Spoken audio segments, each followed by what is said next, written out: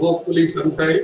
But the land is a depleting resource, and it is also getting, the loss of the soil and many other things are problems. So the goal, and 750 million people go, with empty stomach every day, the hunger. So the zero hunger goal has to be ultimately coming through the agriculture people only, and food security for all, with equity. It is somewhere it will be surplus, somewhere it is shortage, but it has to be overcome. And the pathways which we have to look at are efficient use of water and land, and the improvement of the lifestyle has to come, protect the lifestyle without spoiling the environment, and also resilience to overcome difficulties like this COVID kind of times and other things, and also the response and effective management by governance. So the other part, the improved seeds, it has happened, and the genetic modification and gene pools are happening, and the geospatial technology, because I come from space department earlier, my career, so the geospatial technology will play a key role, and the Internet of Things, precision farming will also happen, and post-harvest technologies to mitigate the waste of food items. That is a very major technology, and we have the environment and soil degradation has to be handled very, very effectively. So this is the important thing which you will have to see. And the dairy, poultry, and fisheries, which are actually supplementing the food chain, that is very, very important.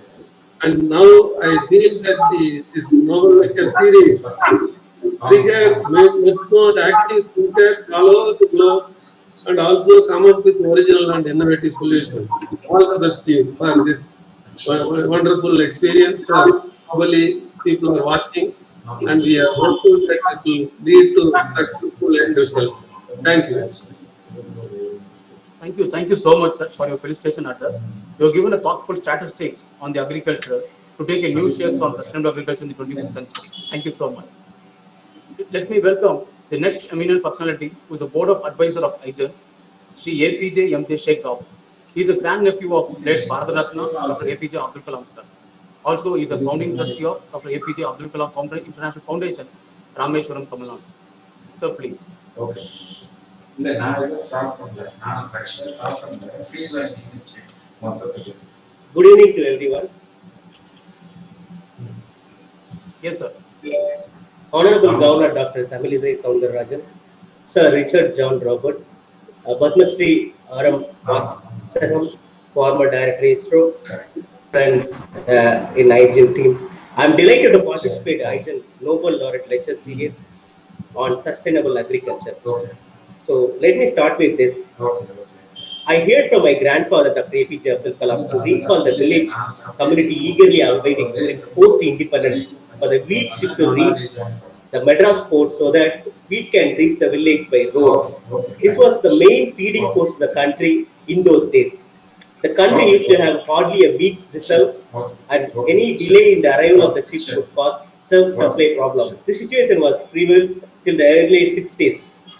The first Green Revolution program was launched by Sri Subramaniam with the help of the scientist M.S. Swaminathan and entrepreneurs and the farmer community. In addition, what was needed was, at that time, he told me, a good water management system, availability of the high quality seeds, good storage facility, and proper distribution mechanism. These facilities were provided by the government through its various development schemes. This has led to intensive agriculture in the state, which produced substantial amount of food gains and liberated us to a situation where what is called ship-to-mouth existence. It's a very interesting word, ship-to-mouth existence. And part of this first green revolution, the country has been able to produce 200 million tons of grains per year. Dear friends, now we are in the year of 2020. We are in the need of 300 million tons of grains per year. In India, across it is more. And we are reaching almost 800 crore people growth. So I believe it's 800 million people every day they don't eat and just they go to sleep. Now we are in a situation we have to start a second green revolution, because whatever way we do farming, it needs to change because we have so much population. The agriculture land is coming down. So we let us start the second green revolution. Now let me start this. It's the right time for India and the globe embark on second revolution, which will enable it to increase productivity in the agricultural sector. The production of cereal needs to be increased from the present 200 million tons over 300 tons. 300 million tons by 2020. That is the present year.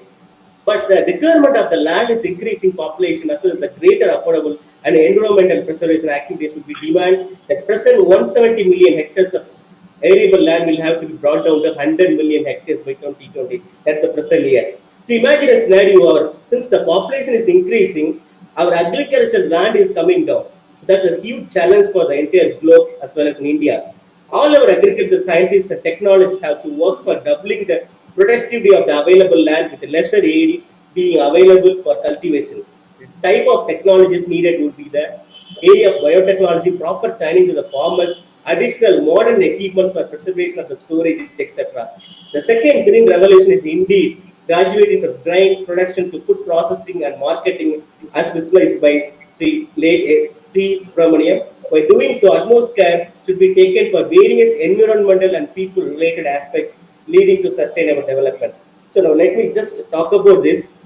In each area, so in technology, we talk about innovation. In science, we talk about innovation. Also, we should talk about innovation, how we can do. So there are a couple of upcoming technologies, how we can use technology to enhance our farming. So soil and crop sensors today, more farm equipments are available with smart sensor can read everything from crop health to essential nitrogen levels in water. These sensors then enable on the go to applications input based on real-time field conditions. Sensor technology is also available to measure the electrical conductivity of soil, ground flow, organic matter content, and even soil characteristics of pH.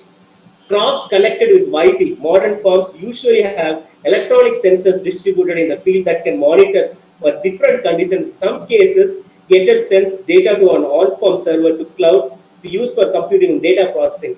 These figures are analyzed automatically and sends instructions to the farm's automatic irrigation system, which is some causes may even add the correct dose of fertilizer as needed before it maximizes efficiency, periodically distributes the right amount of water, can prevent the waste and reduces the volume of fertilizer water. Farmers can access this data via tablet or smartphone, giving them real-time information that will require a slow, manual, intensive soil testing and process the in the past. Another technology is wavelength management.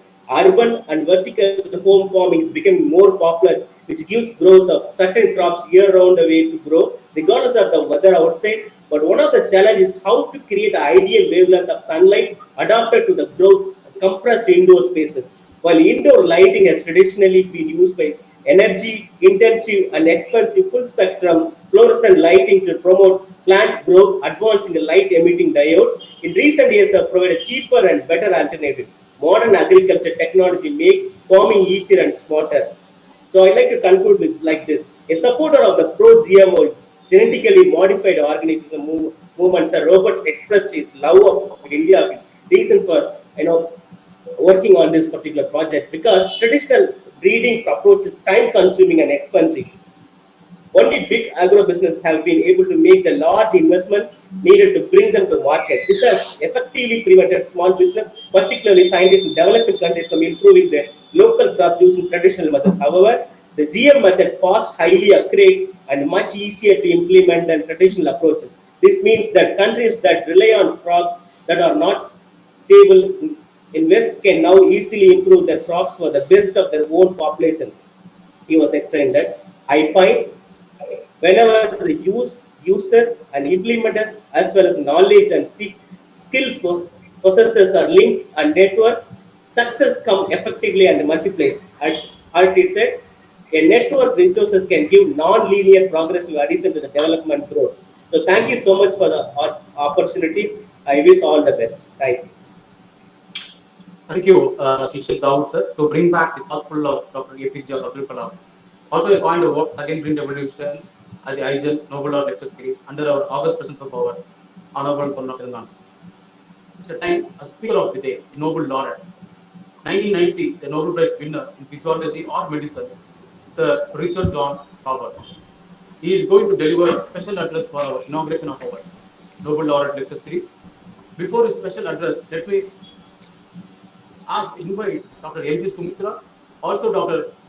G.R. Subhasri to introduce the Nobel Laureate lecture speaker in the August evening. Thank you, sir. If I have 1,000 ideas, only one turns out to be good, I am satisfied. Alfred Nobel. Ladies and gentlemen, we are going to introduce such a kind, easy laureate, a 1993 Nobel Prize winner, Sir Richard John Roberts.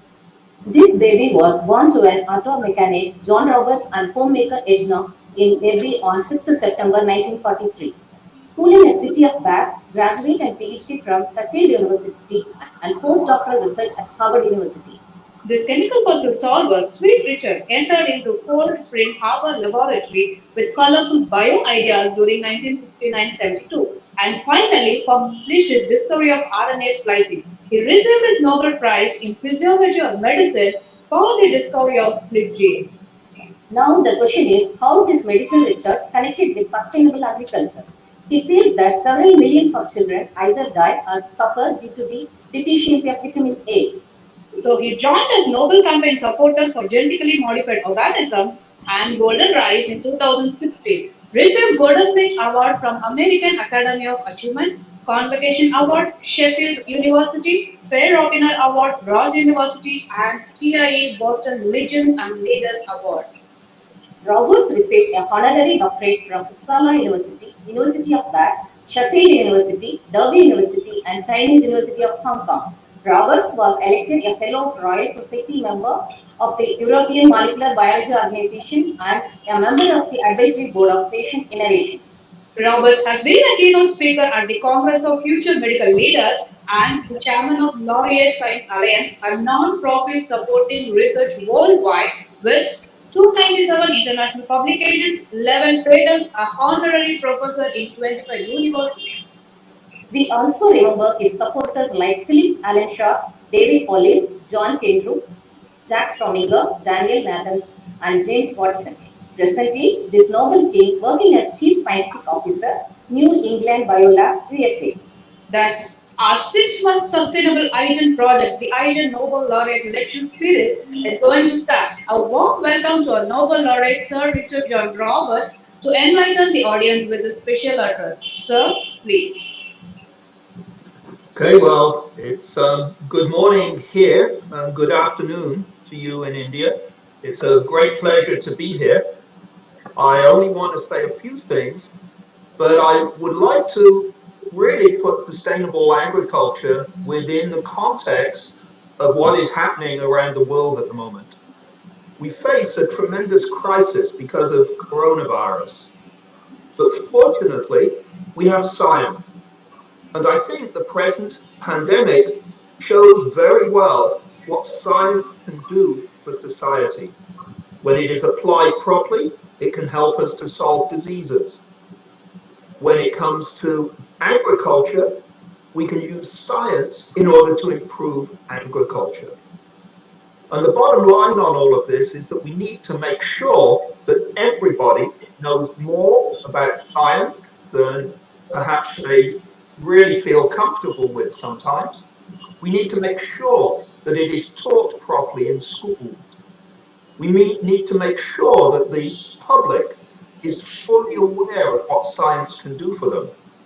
And most importantly, we have to make sure that politicians understand what science can do for them. I think the current pandemic has shown very well how some politicians have responded extremely well to the challenge and others have not. And the same, unfortunately, has been true in the agricultural field. There are some scientists who have spoken out very strongly in favor of GMOs, who have pointed out the strength of the science that supports GMOs, and yet we have politicians and activists and people who insist upon spreading false stories about GMO. And so we need to make sure that our children are educated properly about science, that their parents are educated properly, that journalists are educated properly, and that we present science honestly to the public. We don't need to be very story, which is what many of the anti-GMO people have chosen to do in order to try to stop it. So I think I'm going to go into this in more depth. I will tell you later on in my talk exactly how I came to be involved in this. But basically, I am a very strong believer that science can help society, that we should use it in every way we can, and we should not listen to the people who try to tell you that science is not going to help you. So I look forward to the next set of remarks and to giving my lecture later. Thank you very much. Thank you, Professor Sir Richard John Robert, for your special address at our inaugural of our first Nobel Laureate lecture series. We are eagerly waiting for your detailed talk in our series, which is going to come up. Thank you so much, Professor Richard John. We are all eagerly waiting for our inaugural address to be delivered by our chief guest, Honorable Governor of Telangana, Dr. Tamilisai Soundararajan ma'am. Before ma'am's speech, I would like to invite our IGEN Young Army Junior Srinidhi and Lakshata to introduce our Honorable Governor of Telangana to the body. You must be the change you wish to see in the world. Dr. Tamilisai Soundararajan was born on 2nd June 1961 in Nagarkoil, Kanyakumari. Tamil Nadu. Dr. Tamilisai Soundararajan took charge as Governor of Telangana on 8 September 2019 and happens to be the first woman to hold this office. She has a remarkable public and social service background spanning over 20 years. She also has an illustrious political career in last 2 decades, where she has successfully led the state unit of a political party with net. It's not what you achieve, it's that. Tamilisai Soundararajan started her career as a medical practitioner after completing her MBA in gynecology (PGO). She has undertaken special training on ultrasound and physical therapy at Toronto, Canada. She worked as an assistant professor, Department of Gynecology at Sri Ramachandra Medical College, Chennai for 7 years and resigned in 2003 for full-time political engagement. She usually paid devotion towards public service and enhancement of living standards of common people with focus on health and education as a prime agenda. She has worn the hat of being a state head of a political party and steering it with exemplary management skills and pro-people service value. Right from my childhood, whenever I have taken up a task, I have been an achiever, told by Tamilisai Soundararajan ma'am. Dr. Tamilisai Soundararajan is a proud recipient of an International American Award titled International Rising Star of the Year 2018. Dr. Tamilisai Soundararajan happens to be very focused towards development of society and well-being of citizens even at last mile. We welcome our Honorable Chief Guest, Dr. Tamilisai Soundararajan ma'am. We welcome you to give the inaugural address, ma'am. Very special good evening to each and everyone who got connected in this program. In this inaugural address on sustainable agriculture at the IGEN Nobel Laureate lecture series being organized by the Institution of Green Engineers IGEN. I am very happy the organizers have taken this topic, the need of the hour and the need of the present position, and I really appreciate all the speakers who spoke on the sustainable agriculture. And my respects to Sri Richard John Roberts, Nobel Laureate in Physiology, Medicine and Chief Scientific Officer, USA. And my respects to Padma Shri Thiru R. Vasagam, former Vice Chancellor, Anna University and former Project Director, ISRO. His words, even though he gave a short speech, it was highly informative and really appreciate his participation in this webinar. And my respects to APJ MJ Sheikh Dawood, his words on the sustainable agriculture, whether it is production,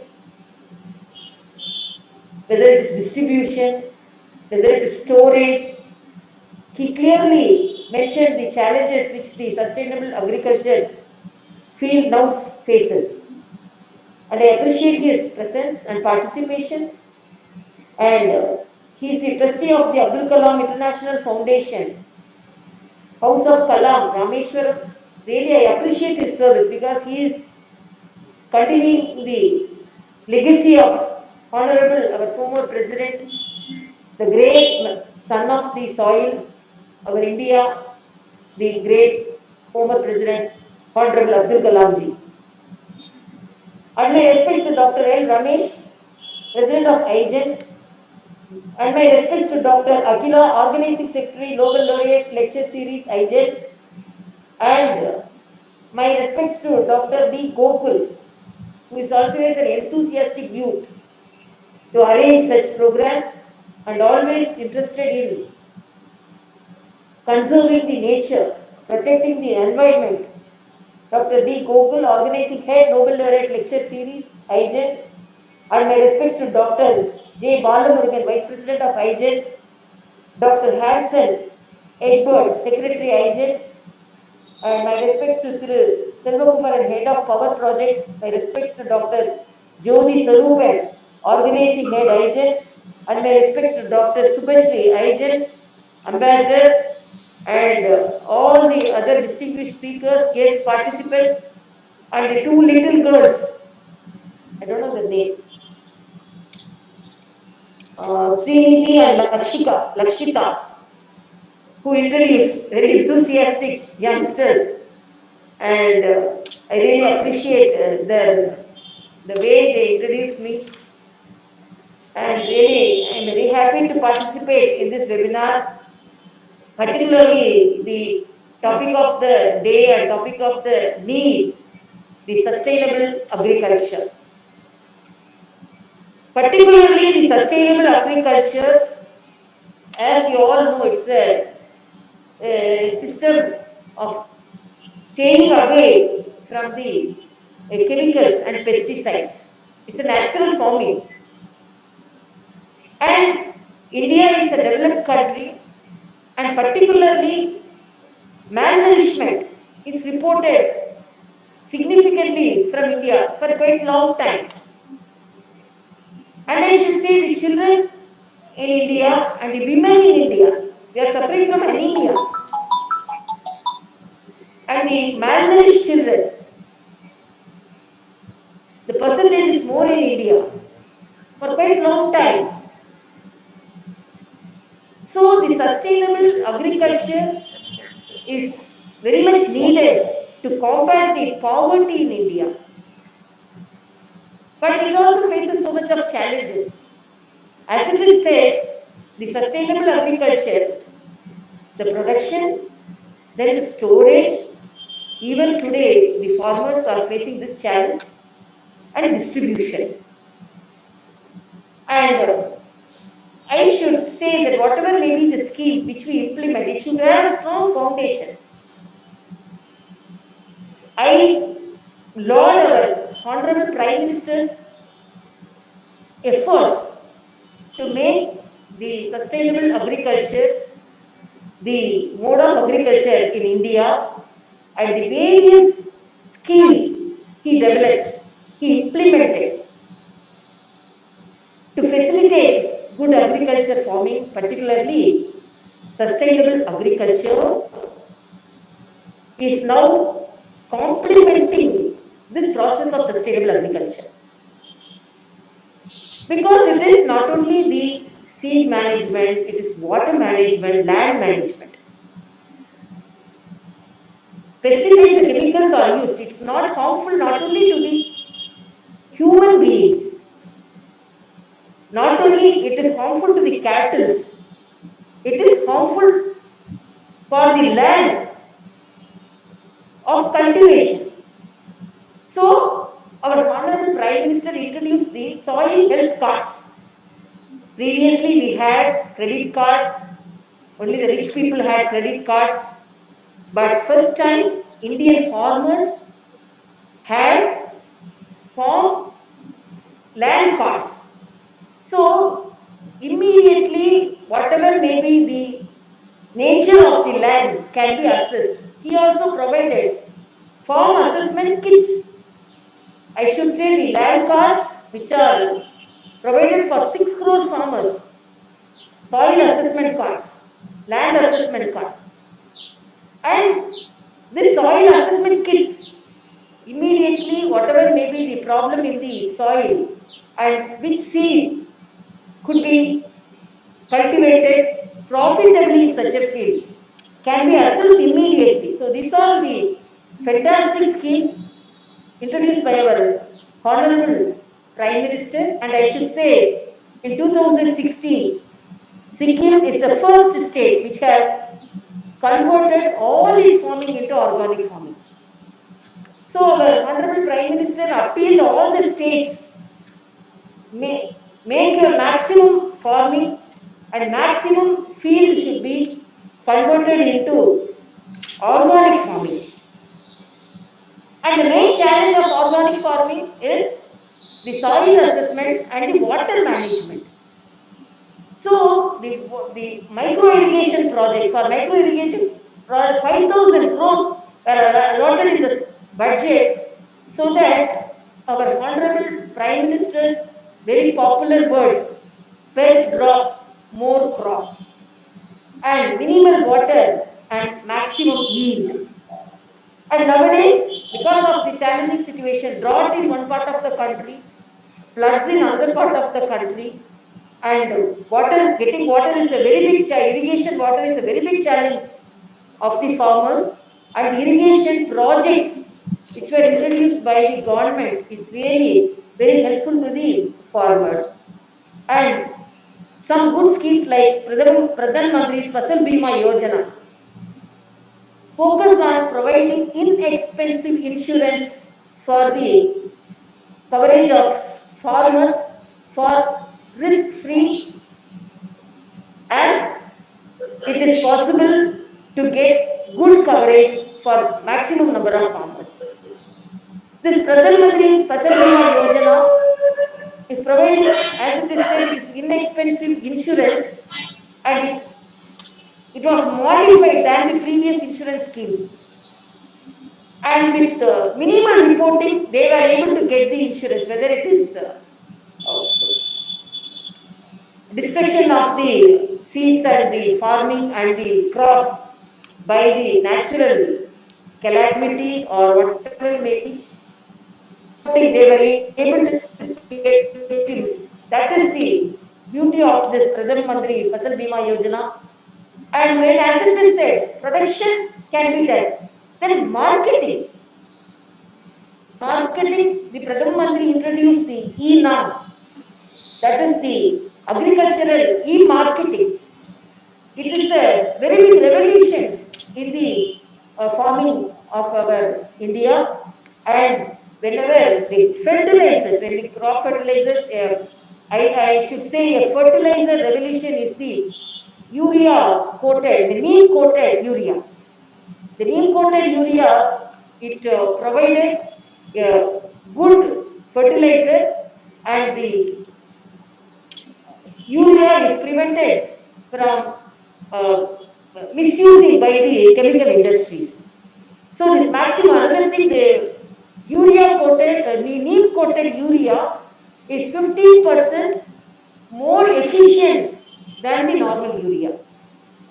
Then it is, as it is said, neem. Neem is also a natural resources of health, and provides immunity to the land as well as the physical body. So whatever may be the sustainable agriculture which should be developed in all the states, that was our Honorable Prime Minister's appeal. And the farmers, not only the appeal, it's not only the advice, but it was facilitated by so much of schemes. Even recently, even in this pandemic situation, 1 lakh crore has been allotted to the farmers so that they are not strained by this lockdown situation. So whatever may be the scheme and agriculture, as it is said, agriculture is the culture of the country. All our great leaders supported the farmers. Unless the farming community is happy, the country cannot be happy. In Tirukural it says, the whole world is behind the farmers. So the whole world is behind the farmers, but the farming community should be happy. And when they go for sustainable agriculture, the citizens are happy because their health and the soil health is maintained. But they also faces more challenges because of its effectiveness and the availability of water, even though there are a lot of money allotted for micro irrigation, and in remote areas the farmers, they have to uh, follow the technology. Now I say the great evolution in the sustainable agriculture is the collaboration of technology with the natural farming, with the normal, our traditional farming plus technology. Both combined together have given great results in this type of farming. So everyday innovative measures, collaborating our traditional methods. Nowadays I am very happy because of this technical assistance in the agriculture and because of the high production in sustainable agriculture and the benefits of the sustainable agriculture. Nowadays more youngsters are involved in this type of agriculture. That I could visualize when I visited the agriculture university, uh, when I went to for a graduation day in the agriculture university. So I appeal each and everyone to encourage the sustainable farming, and it is not only for the farmers, it is for protecting the health of each and everyone. And particularly in this pandemic situation, we cannot assure the world, we assure the country that we won't face such situations in future. We may face such situations. So the body's immunity should be strengthened. The body's immunity should be strengthened, so the body's immunity can be strengthened and body's wellness can be safeguarded only by sustainable farming. We cannot harm ourselves. We cannot harm our soil.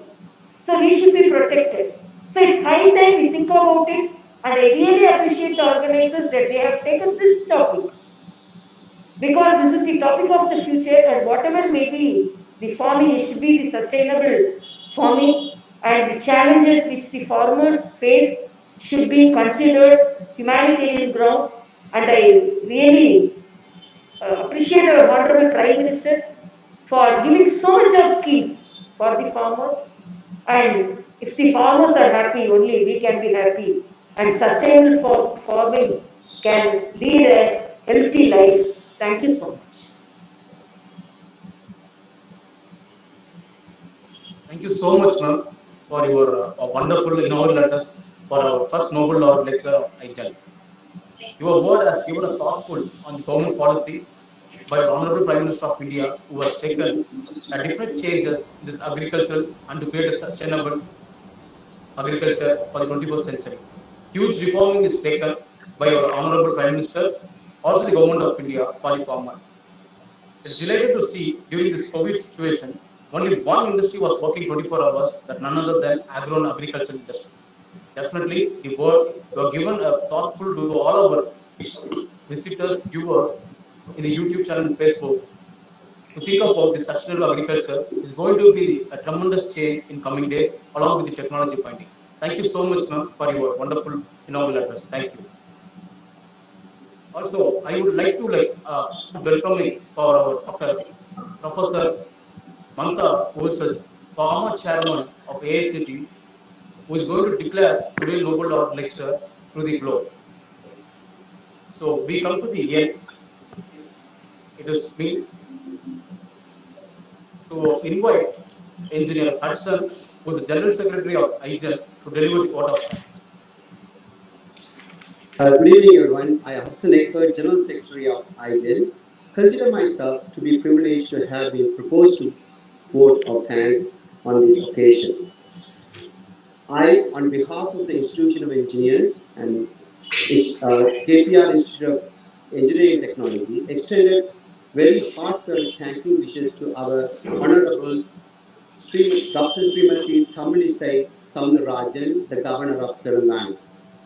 Madam, we owe you millions of special thanks, Kodana Kodi Nandikar, for gracing this occasion with your esteemed presence and inaugurated the Nobel Laureate Lecture Series and the well-extended information on sustainable agriculture. Madam, your kind presence made our institution as a national treasure as you are.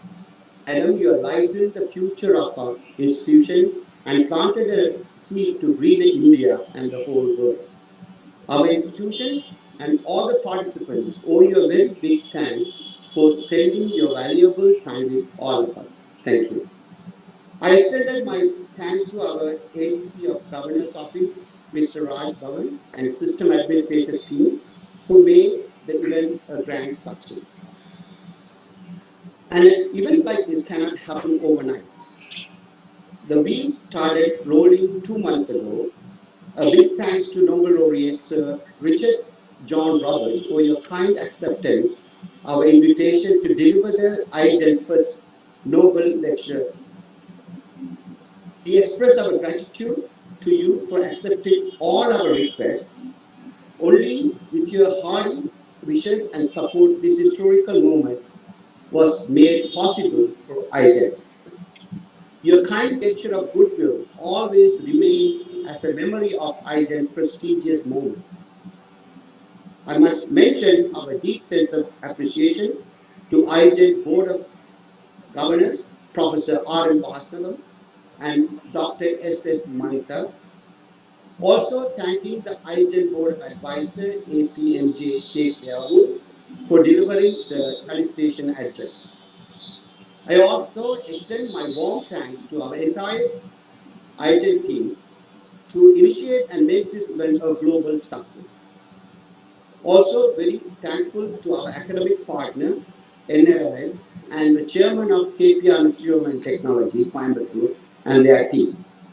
A special mention of thanks to IGEN Ambassador, Dr. Shubhashri, who behind the initiation of the IGEN NLLS. We all inspired and honored by all of your great words. Thank you. Thank you so much, General Secretary of IGEN. Let's all stand for our national anthem.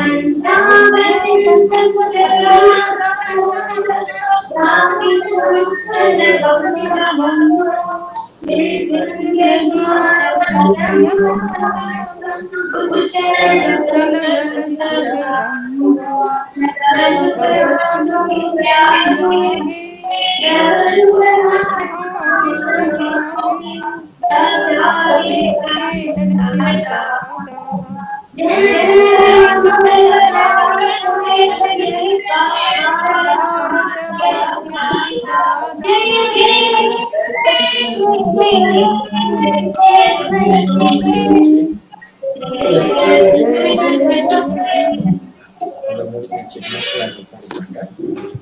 இப்போதைக்கு நீங்க அதை மட்டும் cut பண்ணி சரிங்களா? இல்லை நீங்க ஒரு time பார்த்துட்டு கட் பண்ணுங்க. அது மேலே போனோமே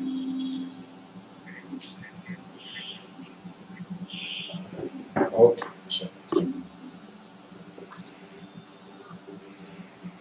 Yes, sir. Yes, sir. Ma'am is on, sir? Yes, sir. Yes. Selvam? Okay. Thank you so much for the wonderful inaugural. It is taken from our IGEN Institute of Green Engineering, the Nobel of Lecture Series. It was a greetings from Honorable Governor, also from our Nobel Award winner of 1993, Richard sir, who have joined from US from morning of US timing. Also, all our board of governor and board of advisor was delivered the prestigious. Also, as general secretary was delivered the vote of thanks. With this short note, we are going to enter our the real climax of the day. We are all eagerly waiting for the presentation about the Nobel laureate who is going to deliver sustainable agriculture. With this scenario, let me hand over to Sri S. Selvakumar, who is the head of the IGEN, also a power projects head, to take up the session from now. So over to Selvam. Thank you so much, Gokul. It's really a dream come true day. I think it's a remarkable day, not only for IGEN but also for India. I believe this is the first Nobel Laureate lecture series which we are starting. So it's my pleasure and privilege to be part of this event.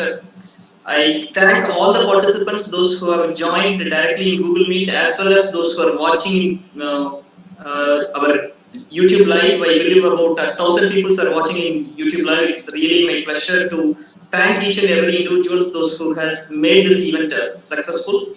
And I would say, talking about this lecture is really important. As Gokul has rightly pointed out, the only sector which runs 24/7, even during this pandemic, is agriculture.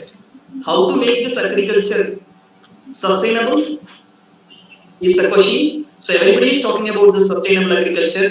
So it's our pleasure and privilege. We have our Nobel laureate Sir Richard John Roberts today to deliver the Nobel laureate lecture. This is Nobel laureate lecture series 1. So before going for that event, I request KBR team to go with the bites. We have received quite a lot of wishes from across the globe. The many people has presented their views, their wishes, they conveyed across the globe. I think all from all about 60-70 countries we have received. So the bite has been prepared by merging all the wishes across the globe. Yes, shall we go ahead with the video of the wishes from the globe? Yes, Selva.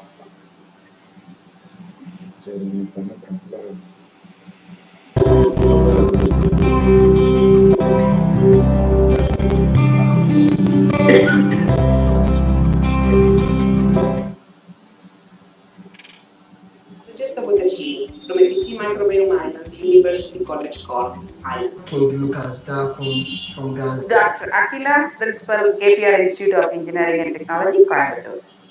P. Srirangaraja, Dean, University College of Engineering, Nagarkoi. I'm Rashita. I'm a member of Young Green Innovators Army. I'm a member of Young Green Innovator Army, and my name is Rukshana. Kenore Jonah, an IGEN ambassador here in Nigeria, and an MSc graduate of biotechnology. Environmentalist from Bizaitiamba, Zimbabwe. Hello, this is Sarah from Algeria. The institution. My name is Alika Butelia, student pursuing BSc Agriculture, Jalai University, Sierra Leone, West Africa. I'm Ashok Bhagwat, and I'm a professor at Wayne State University in the United States. It's Kiara from Mexico. I'm involved working in the organic agricultural fields and also processing food in the natural way. Lakshmi, principal of Sri Chaitanya Techno School, Ainambakam branch. This is Hudson Egbert, the IGEN General Secretary. My name is Alexander Mustang. I'm biochemist by my first education, now work in the field of bioinformatics. On sustainable agriculture. Sustainable agriculture. Sustainable agriculture. Sustainable agriculture. By Nobel laureate Sir Richard John Roberts. Sir Richard Roberts. Sir John Richard Roberts. Richard John Roberts. Richard John Roberts. So excited to attend this event. Online, my graduating friends, on August 25th. Nobel lecture on 25th August 2020 by 5 p.m. through digital media. 25th August, 5:30 p.m. Come on, let's all join the event and learn more about sustainable agriculture. See you on the 25th of August. Can you tell a friend? And don't forget to register it for this leading lecture.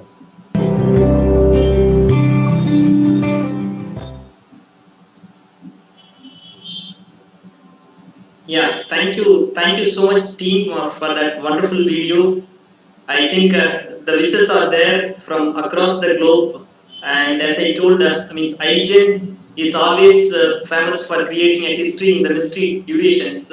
We have started with Energeton, then we have moved to this Gen Strancon, then to Engrothon, and the final much awaited Nobel Laureate lecture series is inaugurated today.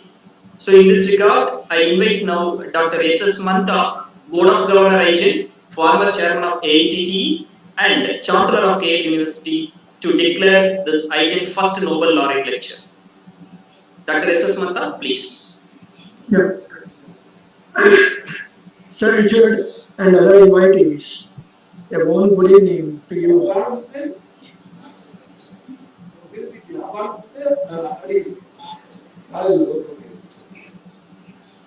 I'm honored to be a part of the Institution of Green Engineers, and I'm very happy to be presenting today's program, an international event conducted by IGEN in association with KPR Institute of Engineering and Technology. It is indeed an honor and pleasure to introduce Sir Richard Roberts, who will be delivering the first IGEN Nobel Laureate lecture today. Sir Richard was born on 6 September 43 and is a British biochemist and molecular biologist. He was awarded the 93 Nobel Prize in Physiology Medicine with Philip Allen Shaw for the discovery of introns in eukaryotic DNA and the mechanism of gene splicing. He currently works at New England Biolabs. He is a fellow of the Royal Society, which is an award granted by the judges of the Royal Society of London to individuals who have made a substantial contribution to the improvement of natural knowledge that includes mathematics, engineering, science, and medical science. His thesis involved phytochemical studies of neoflavonoids and isoflavonoids. Sir Roberts' discovery of the alternative splicing of genes, in particular, has had a profound impact on the study and applications of molecular biology. It's a memorable occasion for me to welcome and listen to the lecture of such an eminent personality as Sir Richard. He is a great scholar, a researcher, a scientist, and an inspiration to all of us in India as he is around the world. Sustainable agriculture focuses on producing long-term crops and livestock while having minimal effects on the environment. It tries to find a good balance between the need for food production and the preservation of the ecological system within the environment. Sustainable agriculture has great importance and value in the Indian context. India is a global agricultural powerhouse. It's the world's largest producer of milk, pulses, and spices, and has the world's largest cattle herd, as well as the largest area under wheat, rice, and cotton. Who else could have been a better person than Sir Richard to speak on such an important subject? As we celebrate the 150th birth anniversary of Mahatma Gandhi, it is in the spirit of things to understand his beliefs on agriculture. He said that the land should not belong to an individual or to the state, and that a farmer should have an amount of land with which he could subsist his daily earnings honestly and live a life of dignity. He firmly believed that the agriculture we practice should be organic. The lecture, I'm sure, will provide several technological insights, not only on sustainable agriculture, but also for a long-term ecological sustenance. I wish this event all the success. Over to you, Sir Richard. Okay, well, thank you very much. Let me see if I can share my screen with you.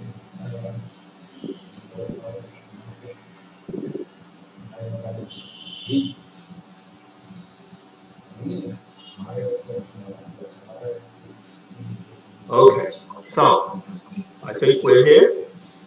So what I want to do today is to talk to you about GMOs, genetically modified organisms. I think the term GMO is a little misleading, but nevertheless has become very much used in the public eye. GMOs were something that was originally discovered how to make them quite a time ago, back in Belgium. And the person who did it is shown on the next slide.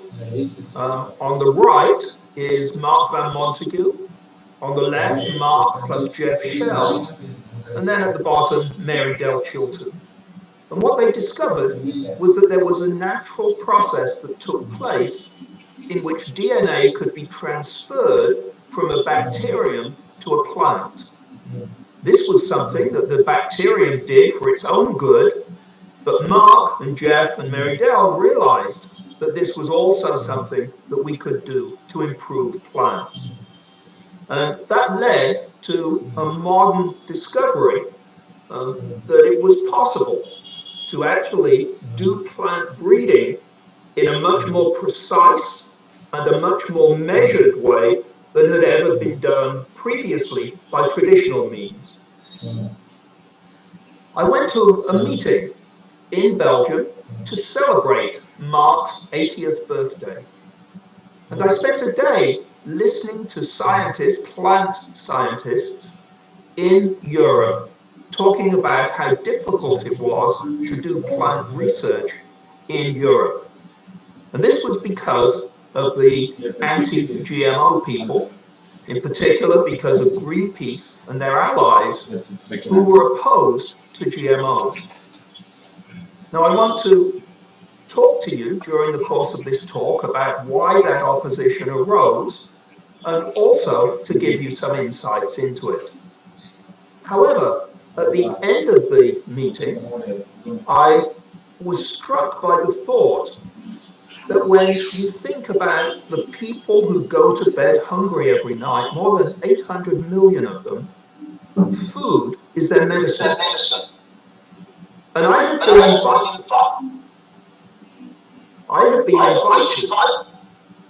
Hey, this is, I'm getting feedback on this.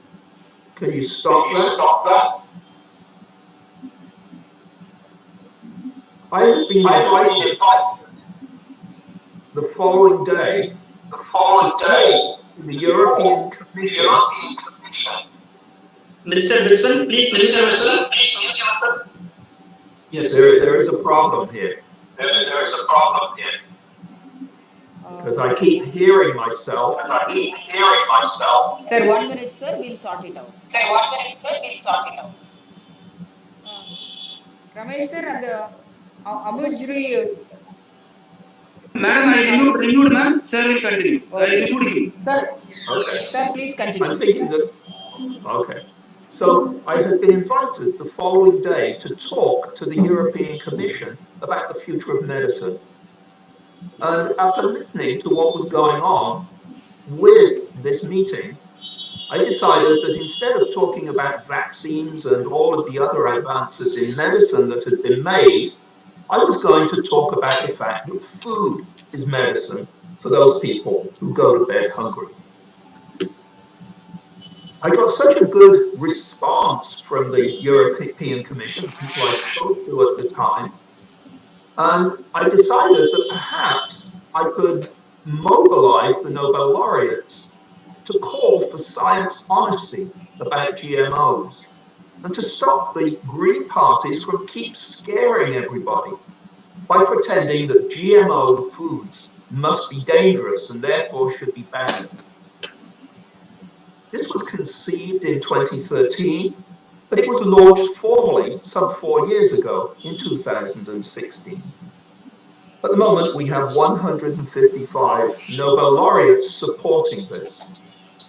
And I rather like this cartoon in which we look at the difference between the developed countries and their approach to GMO technology and the developing countries where they really need better food. In the developed countries, they have so much food, they have choice, they can decide what they want to eat. But in the developing countries, they just want food to keep people alive.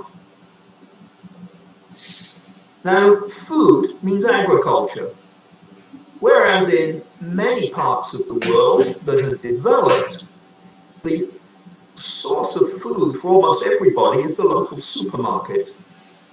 Most of them don't grow a lot of their own food, but in the developing countries, they grow their own food. But even so, in cities, we need agriculture, we need big agriculture, we need big farms to grow the food that the people in the cities can eat.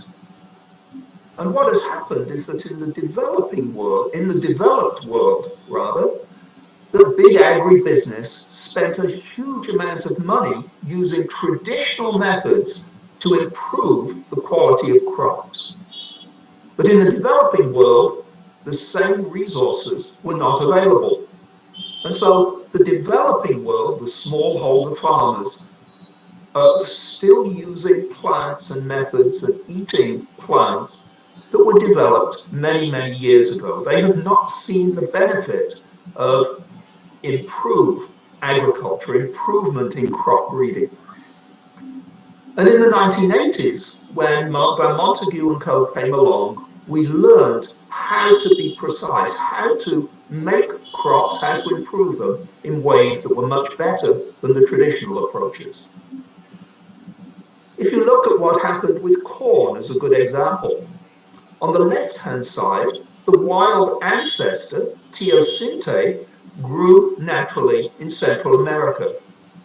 Slowly it was domesticated. People started to grow their own, to find better breeds, and eventually we end up with the corn on the right-hand side that is a hybrid that has much, much better productivity in terms of the number of grains per plant. This has been a natural evolution, if you like. It's one in which plant breeders have just crossed plants to make the one we see on the right.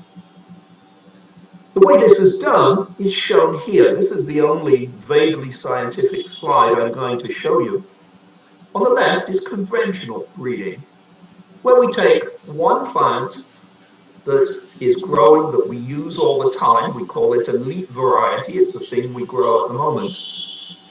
On the right is a second plant, just to the right of it, the one with the yellow and blue circles on it. This is a new plant, a plant that will breed with the old one, but it has a trait that we want. Maybe it produces bigger corn cobs. Maybe it grows taller. Maybe it is more drought resistant. And we can cross those two plants. Their DNA gets mixed up, and they produce what is shown here as the first hybrid. This is a mix, 50% of the genes from one plant, 50 from another. We select that hybrid that has the trait we want, the one with the blue gene in it. And then we cross that back to the original elite variety, selecting each time for the hybrid that has the blue gene in it. And we keep doing this until we essentially have transferred just the blue gene plus a few others into the original variety, and now the original variety has the improved trait. If that doesn't work, we use mutagenesis, chemical mutagenesis or radiation, in order to try to produce the varieties we want. This is all considered very safe, according to Greenpeace, because we have been doing it for so long. Now on the right-hand side is the new GMO approach. I call it precision breeding. Following the natural way in which agrobacterium transfers genes into plants, it has a small piece of DNA called a plasmid that has on it genes that the bacterium is able to transfer into the plant. And Mark and Jeff realized that if they, instead of taking the gene that the bacterium wanted to move, they took the gene that they wanted to move, that here was an alternative way of achieving very rapidly what took a long time by conventional breeding. They could precisely introduce this one or two new genes into a plant that they desired. Greenpeace decided that this is dangerous. Now, I want to give you an example of just what this is in terms that are perhaps a little easier to understand. Let's say that I want to move a GPS system from my old car into my new one. Do I take the two cars apart, mix up everything, and then select the one that has the GPS, ignoring whatever else it might have picked up? No, I think what I do is I take the GPS from one car, unplug it, and plug it into the new one. This is precision breeding. This is what precision breeding is all about. What if I were to take the GPS from an airplane, something totally different from a car, and put it into the car?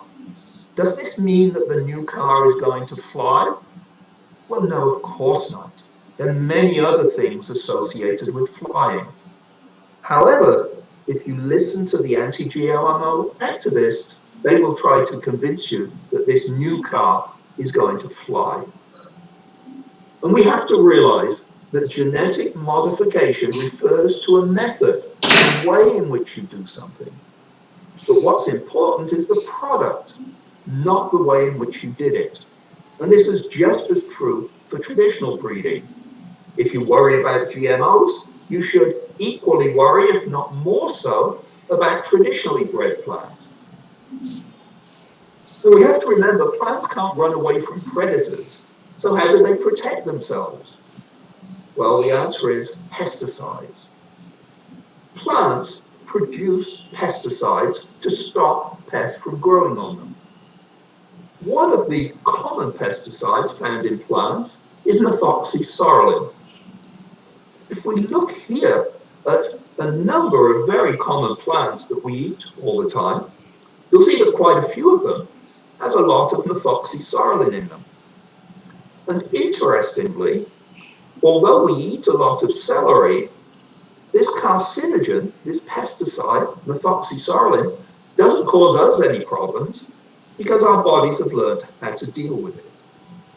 However, it used to be that when people were cutting celery and making little celery stalks in order to put into supermarket packages, they were getting a lot of celery juice on their hands.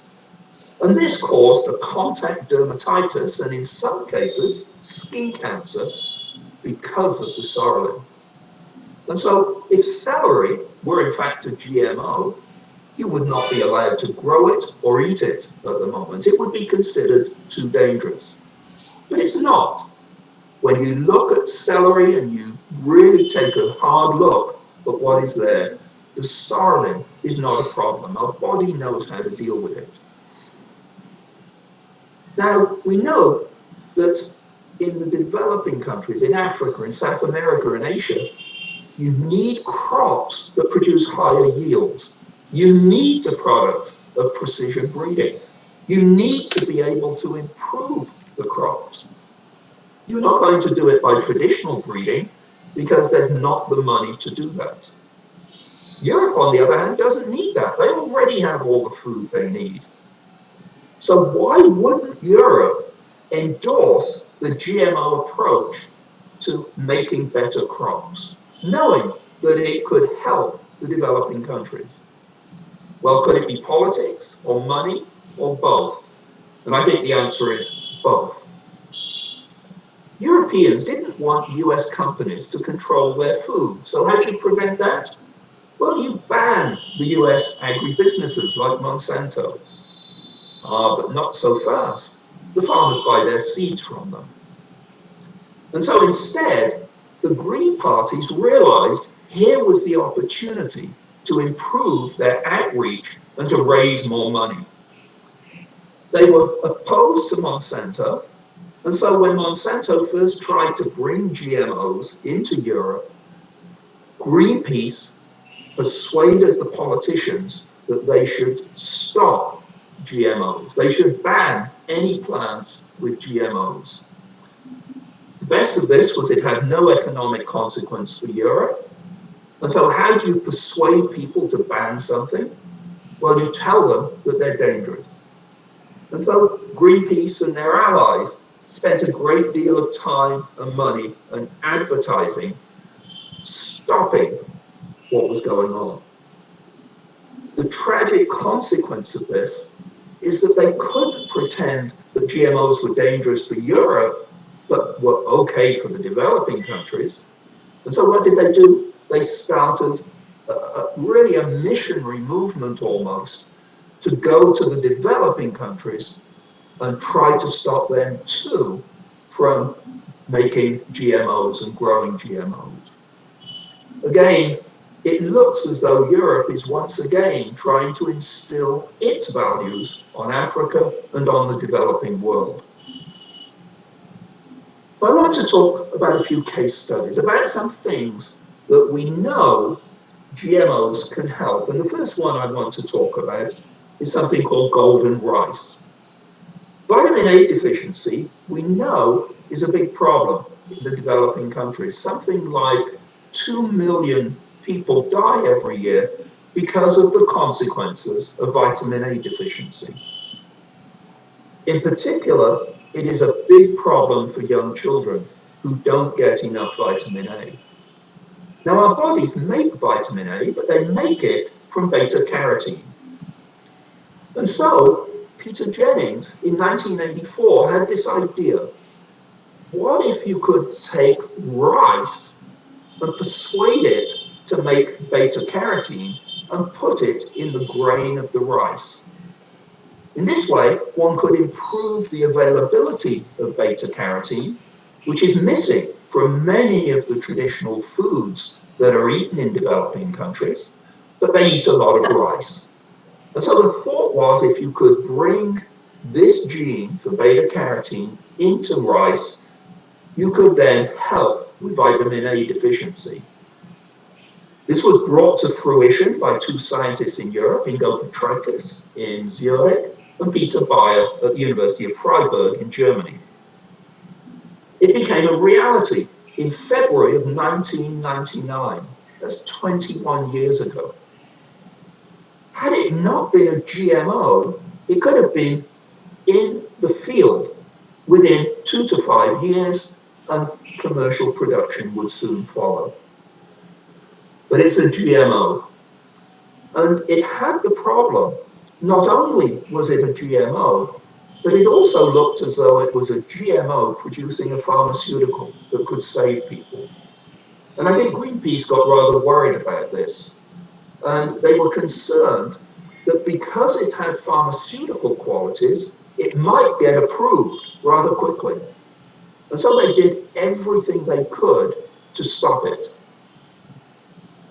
The reason that pharmaceuticals could be a problem is best illustrated by the case of insulin. You know, diabetics take human insulin to help solve their diabetic problems. Where do you think human insulin comes from? Does it come from humans? Well, no. Human insulin comes from a GMO. It comes from a yeast into which the gene for human insulin has been inserted, and now it grows and produces human insulin. No one complains about that. I've never heard Greenpeace mention that this is a problem, even though it's a GMO. However, they saw that because golden rice might produce beta-carotene, which could solve vitamin A deficiency, it could be sold to the consumers as a pharmaceutical. And so they went out of their way to do everything they could to stop it. They even produced this little brochure, which they call Golden Illusion.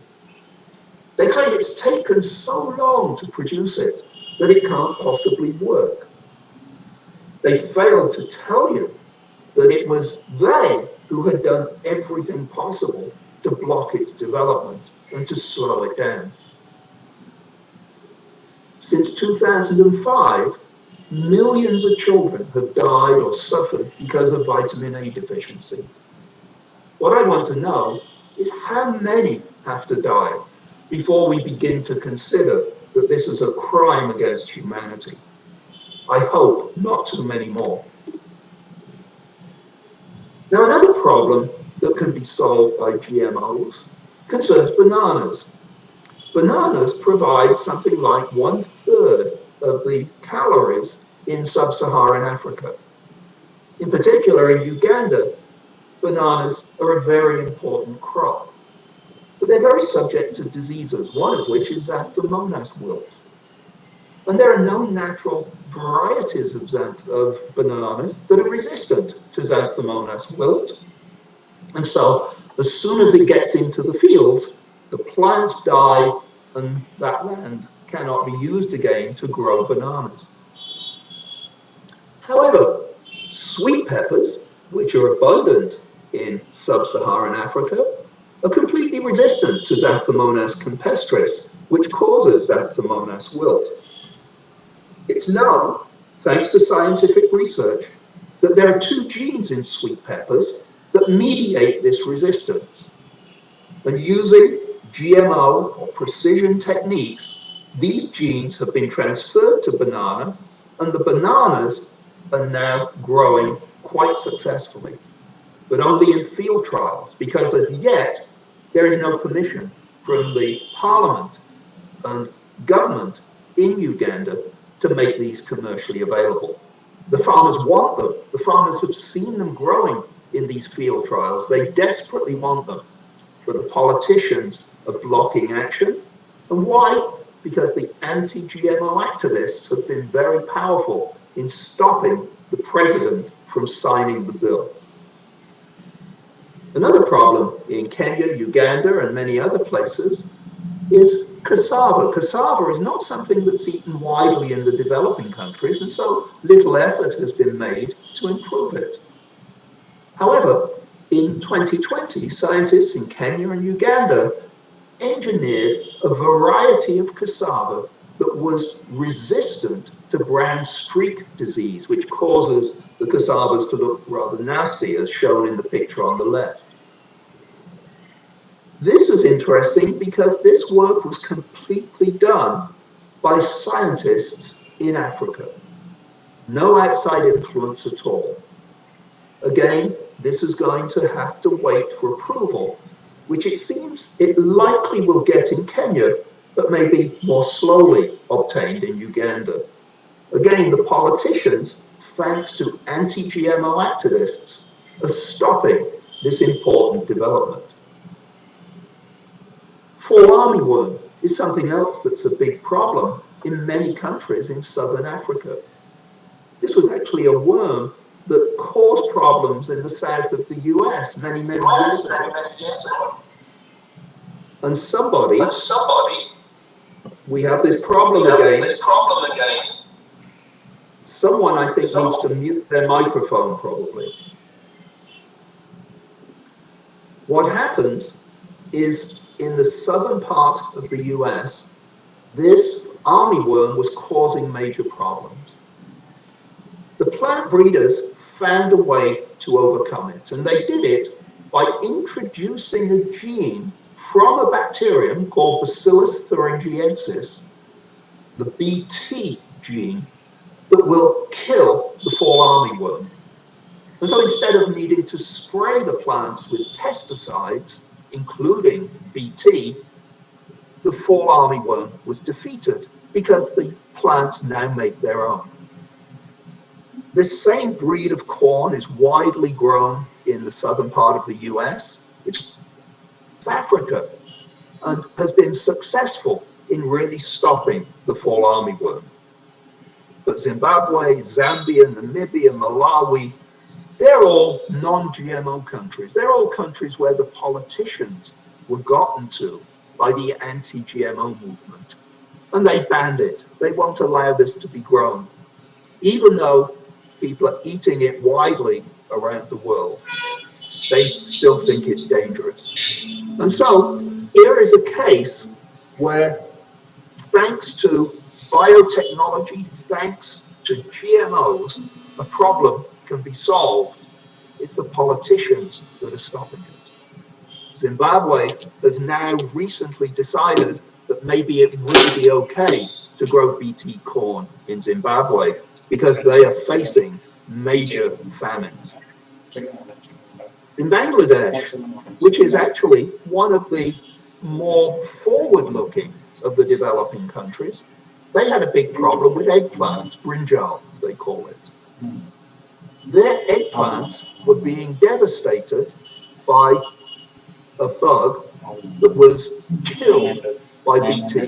The BT gene was transferred into eggplants, and now in Bangladesh, they grow more eggplants than they can eat.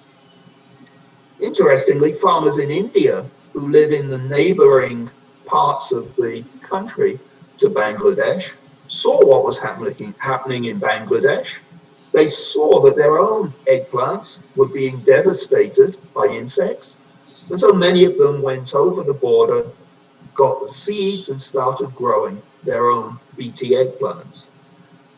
This is something that really we need to do more of, because this is banned in India. India does not allow GT crops to be grown, with the exception of BT cotton. We need to make sure that the government in India becomes educated scientifically, so that the advances possible with GMO solutions can be brought to the farmers and to the people. Another interesting case happened in Hawaii. Hawaiian papayas were being devastated by a ring spot virus many years ago. In the 1990s, this was a big problem, with half the crop being killed. In 1998, Dennis Gonsalves at the University of Hawaii developed a transgenic fruit called rainbow papaya, which is resistant to the virus. This is a GMO papaya.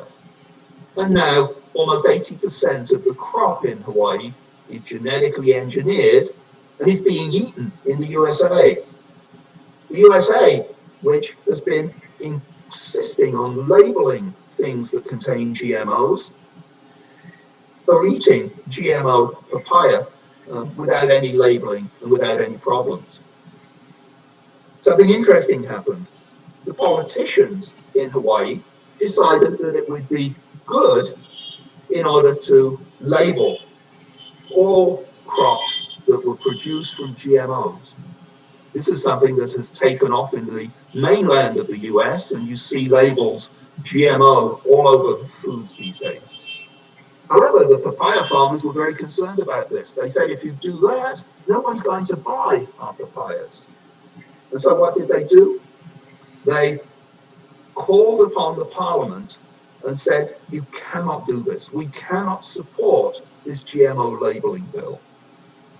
But the anti-GMO activists and the organic farmers, among others, were keen on getting everything labeled as containing GMOs. And so what was the solution? Well, the solution was the politicians said, we will pretend that rainbow papaya is not a GMO because it was done so long ago and everybody's eating it. It's only newly developed GMOs that will need to be labeled. In Thailand, it has exactly this same problem with a ring spot virus. The solution is bad. They're not allowed to grow GMO papayas. However, the farmers there, seeing their crops destroyed, went across the border and got a similar papaya, something also that had been developed as a transgenic papaya, and they started growing them in Thailand. And so now a lot of the papayas grown in Thailand are GMO papayas, even though they're banned. And I think this illustrates something very important. Farmers have to feed their families, they have to feed the population. Just because we have GMO activists arguing against improving crops, because that plays well in Europe, they really have to stop doing this in the developing world, and the farmers realize this. The farmers are smart. They're going to grow whatever produces the best yield. They're not going to listen to the anti-GMO activists. We have to remember that food choice is very much a luxury of the developed world. If you don't want to eat foods derived by GM techniques, then don't. It's your choice. No one's going to make you. But please, please, don't pretend that such foods are dangerous. If anything, they are probably safer than traditional foods. Because of the traditional method of breeding, in addition to bringing in genes that you want, you bring in a lot of additional genes, and you don't know what they do. For developed countries, food is not a problem. You don't see a lot of thin Europeans walking around. But we must never forget the consequences of our actions for the developing countries. Especially today, when news of what is happening in Europe or the US or Japan travels very quickly over the internet, as soon as we start saying things that are intended for local consumption in Europe, like this anti-GMO method, that word gets around the world. And so you can't pretend that things that you say that are specific for a particular country are not going to have an impact elsewhere.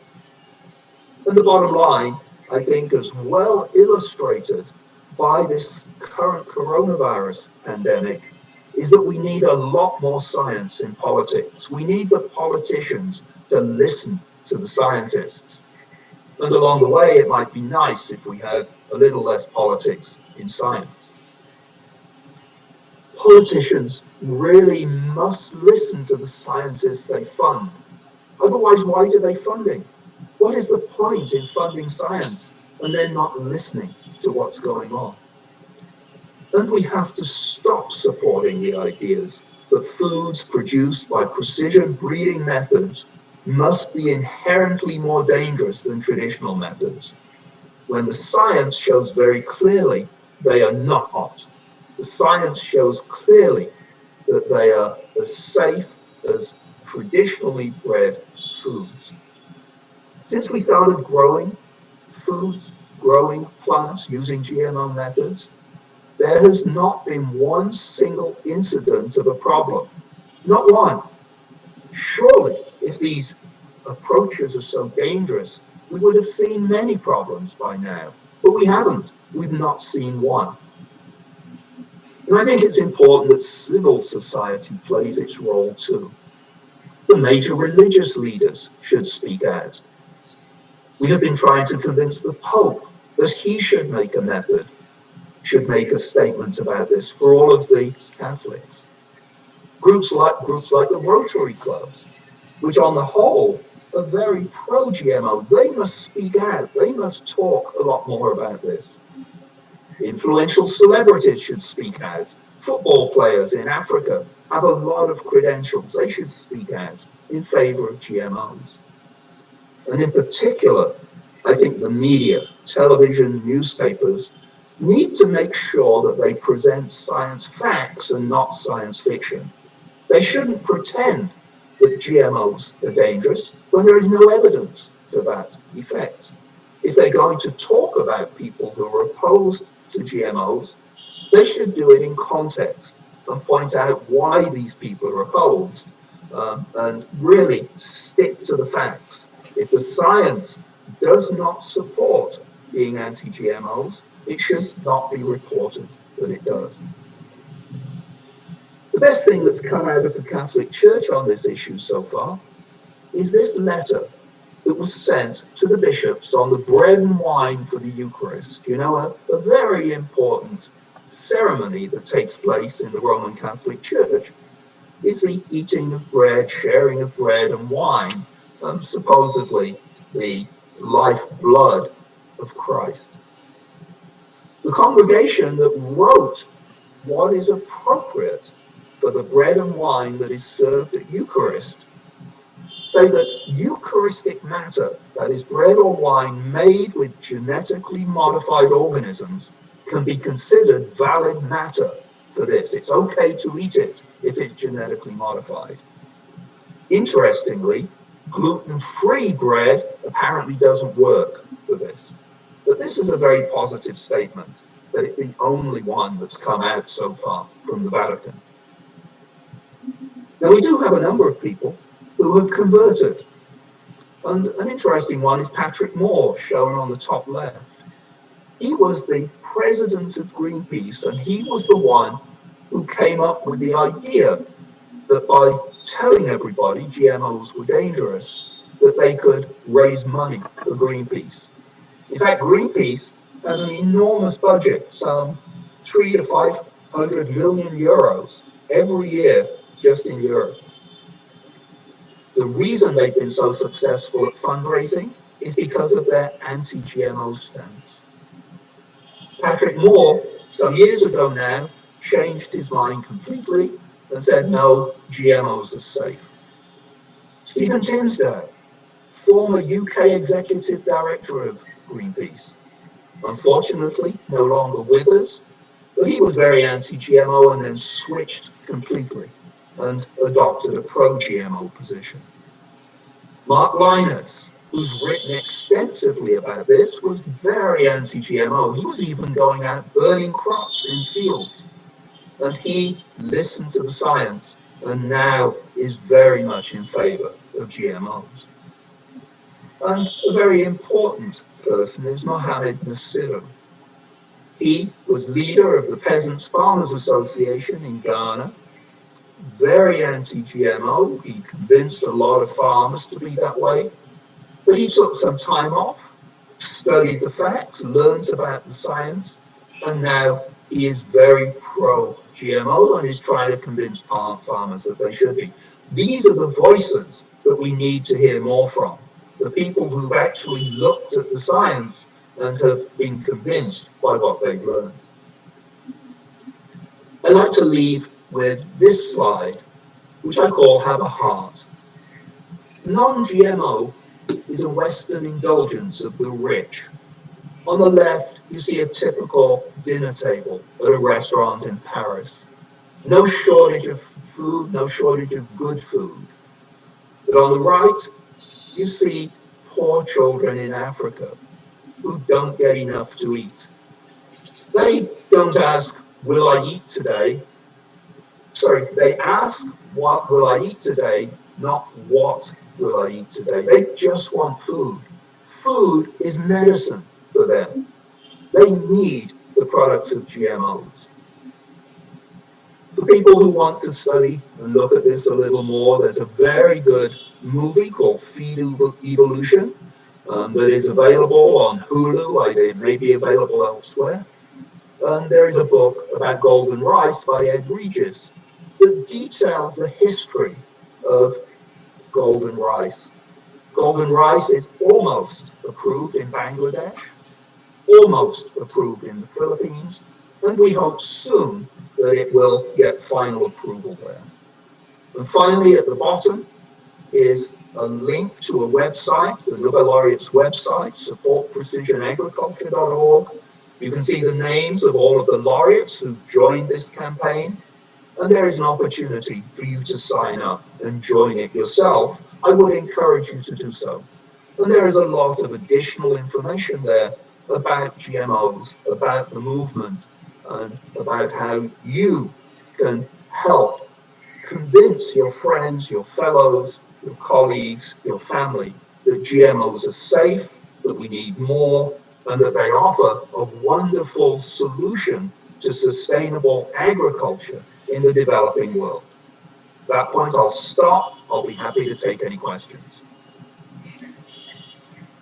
Yeah, it's really an eye-opening session, sir. It's really our pleasure to have an extraordinary lecture from you. I think there are quite a lot of people watching in YouTube, but the comments are flying, our questions are flying like anything. So probably let me take a few more minutes to consolidate the comments and take probably few questions. Before that, I have to thank. Yes. Yes, sir. Stop sharing so that we can. Yes, sir. Sir, probably you can stop sharing and you can show your face. Okay. Yeah, so that probably the audience can watch that you are delivering a lecture. So, yes, sir. Thank you so much, sir. It's really an eye-opening session from you. Really, it's just not me. In addition to the participants, those who have joined directly in Google Meet, the YouTube participants have really enjoyed the sessions. the comments which is flowing in the YouTube chat box says that what I'm saying is true. So thanks a lot for all the participants, those who are watching YouTube. Kindly subscribe the channel and post all your questions so that I'm consolidating all the questions and I'm taking the questions to our Nobel laureate Sir Richard. So meantime, I want to appreciate the contribution from the IGEN and IGEN members along with the academic partner KPRIT. Without them, this such a wonderful event may not be possible. So before taking few questions, I invite now KPR team as an academic partners to means what say play a small video to describe them. KPR team, can you just have a small video so that I can consolidate the questions in between and I can post the to Sir Richard? Yes, please. Yes, please.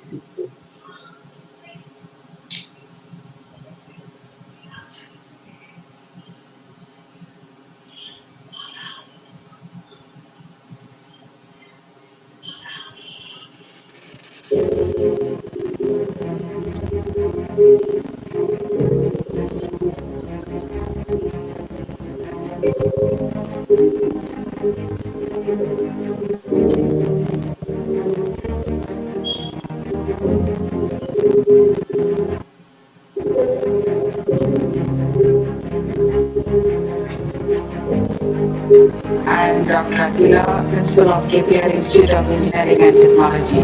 We have the facilities like Industry Institute Partnership Cell, Office of International Relations, Office of Alumni Relations, Center for Innovation, Incubation and Entrepreneurship Development, Center for Research and Development to cater the needs of the students.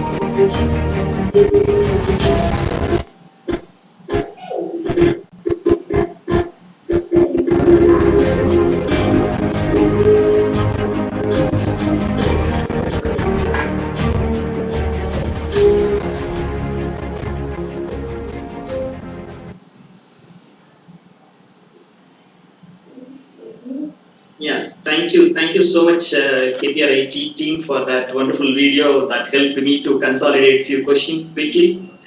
Yes, Sir Richard. So probably one word which really means what is it motivated just not me, the entire audience in the YouTube is we need more science in politics and less politics in science.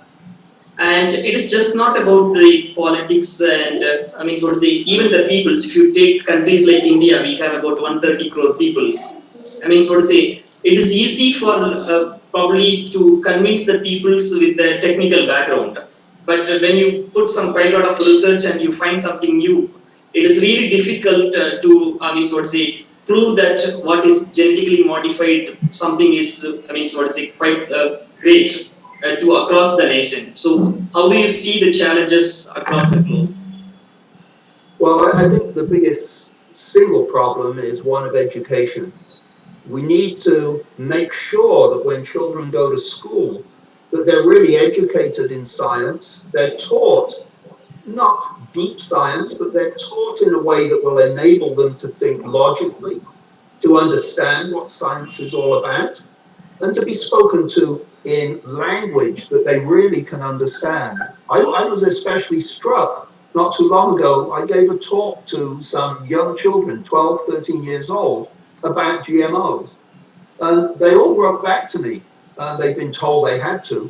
And many of them said the following, that this was the first time that they've been spoken to as though they were adults.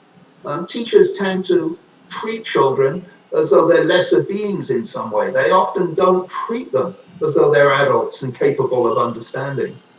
But the very best letter I got back was from a young girl who wrote and said she'd gone home and talked to her parents and told them what I told them in class and repeated everything. And she said her parents, who had been anti-GMOs before she spoke to them, were now pro-GMO. And so I think young people really can be the key here. Young people, when they are recognized to be smart, can convince parents and grandparents and other family members that what is being said by the scientists, and if spoken to properly and expressed properly by the children, can have a huge impact on a society. And so I think we need to pay a lot more attention to educating children. And we also need to teach scientists how to talk to the general public, because I think this is something else we often as scientists don't do as well as we might. And I would make it a prerequisite in any university course, actually even in high school courses, that people are taught, scientists are taught how to speak to the public in language they understand. Yeah, that is really an interesting answer. Yeah, means almost all the students in India are studying science as a mandatory subject up to at least 10th. Yeah, thanks for that input, Richard. There is another. Yes, but are they being taught to express and teach that science to the general public? This is what is key. We shouldn't just talk to ourselves. We've got to talk to the general public. Yes. Thanks for that answer, Richard. And there is an interesting question from Ramalingam Subbarayan in YouTube. The concern with the GMO is what if method flawed and we get undesirable consequences maybe after a few years. So that's always a mindset almost across the country which we have. Like even if it is good for first few years, but if something goes wrong, probably down years, or if the impact is understood after a few years or a few decades. Well, if we take a look at traditional breeding, which is the way we've always done this, have there been no accidents there? Well, no, there have been plenty of accidents. There have been plenty of problems with plants that have been bred by traditional methods. With GMOs, we have 30 years of experience so far, not a problem. But, life is not risk-free. If you don't want to take any chances whatsoever, you will never leave your house. You'll never try to cross a road. You'll never look at another smartphone. Are you aware of what smartphones do to the macula in your eyes? The blue light is destroying the macula. Macular degeneration is becoming a young people's problem now because looking at cell phones. And so if you're not prepared to take any risks, then you're probably you shouldn't live on this earth. Life is full of risks. I think the risks with GMOs are so low, and if there is one, then we will deal with it. But so far, after 30 years, there have been no problems. Do we have to wait 100 years before we decide they're safe? 500 years? How long is long enough? Personally, I would prefer to see people eat and not die because they have enough food, whether it's from GMO or whether it's from traditional methods. When you have a technology for which there is no evidence of danger, why manufacture it? Yeah, I think your last but one slide has talked about will I eat today is most important question than what exactly. I eat. So I think that's perfectly answered that question. Thanks, Richard. I think you have beautifully put up. And I think one more interesting fact, means even though you are a Nobel laureate, you have really put up the things so simple. Even adult at the age of 15, those who have basic knowledge on science is to understand the subject. But unfortunately, I feel that's missing across the globe. That's also a real reason why means people say have not really understood this GMO. And I mean, what are the efforts which you are taking so that all your research not only means what say developing the great products, but also this is getting convinced by the common publics, especially in the countries like India. So I'm not sure what the question is. Yeah, question is like apart from your research, what are the other additional activities which you are taking or your means what to say progress which you are working on to convince the peoples and the policy makers? Well, so I talk at conferences like this. I talk to policymakers. My research is not involved with GMOs. It's not involved with plants. I work on bacteria. So everything I do is to try to bring the stature of the Nobel laureates to bear when I talk to politicians. So one of the things I discovered after I won the Nobel Prize is that people suddenly started listening to what I had to say and sometimes even acted on it.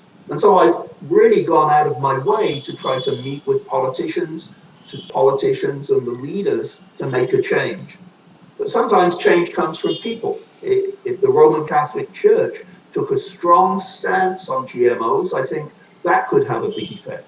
If the Rotary clubs could do it. So I'm trying to get as many people as possible on board to support the idea that GMOs are not dangerous. What I'd really like to do is to convince Greenpeace that this is an area that they've made a mistake on. They do a lot of good stuff. Greenpeace has done a lot of good stuff to protect the environment. But this is an issue they got wrong. And when you get something wrong, you should admit it and get on with doing all the good stuff you can do.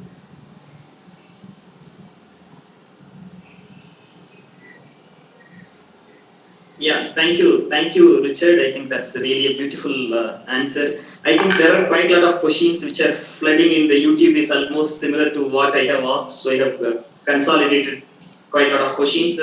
Maybe one interesting question from Mr. Makesh. When golden rice is excellent contributor of vitamin A, why is it not available for a consumption? So you have talked about this golden rice. What's the commercial availability in the market? Okay, well, it's not. And the reason that it's not is because of political action. So in the Philippines, it's at the very last stage of being approved. So all the safety trials have been done, everything has been done. There is just one further step that the government needs to take in order to grant approval for growth. The same is true in Bangladesh.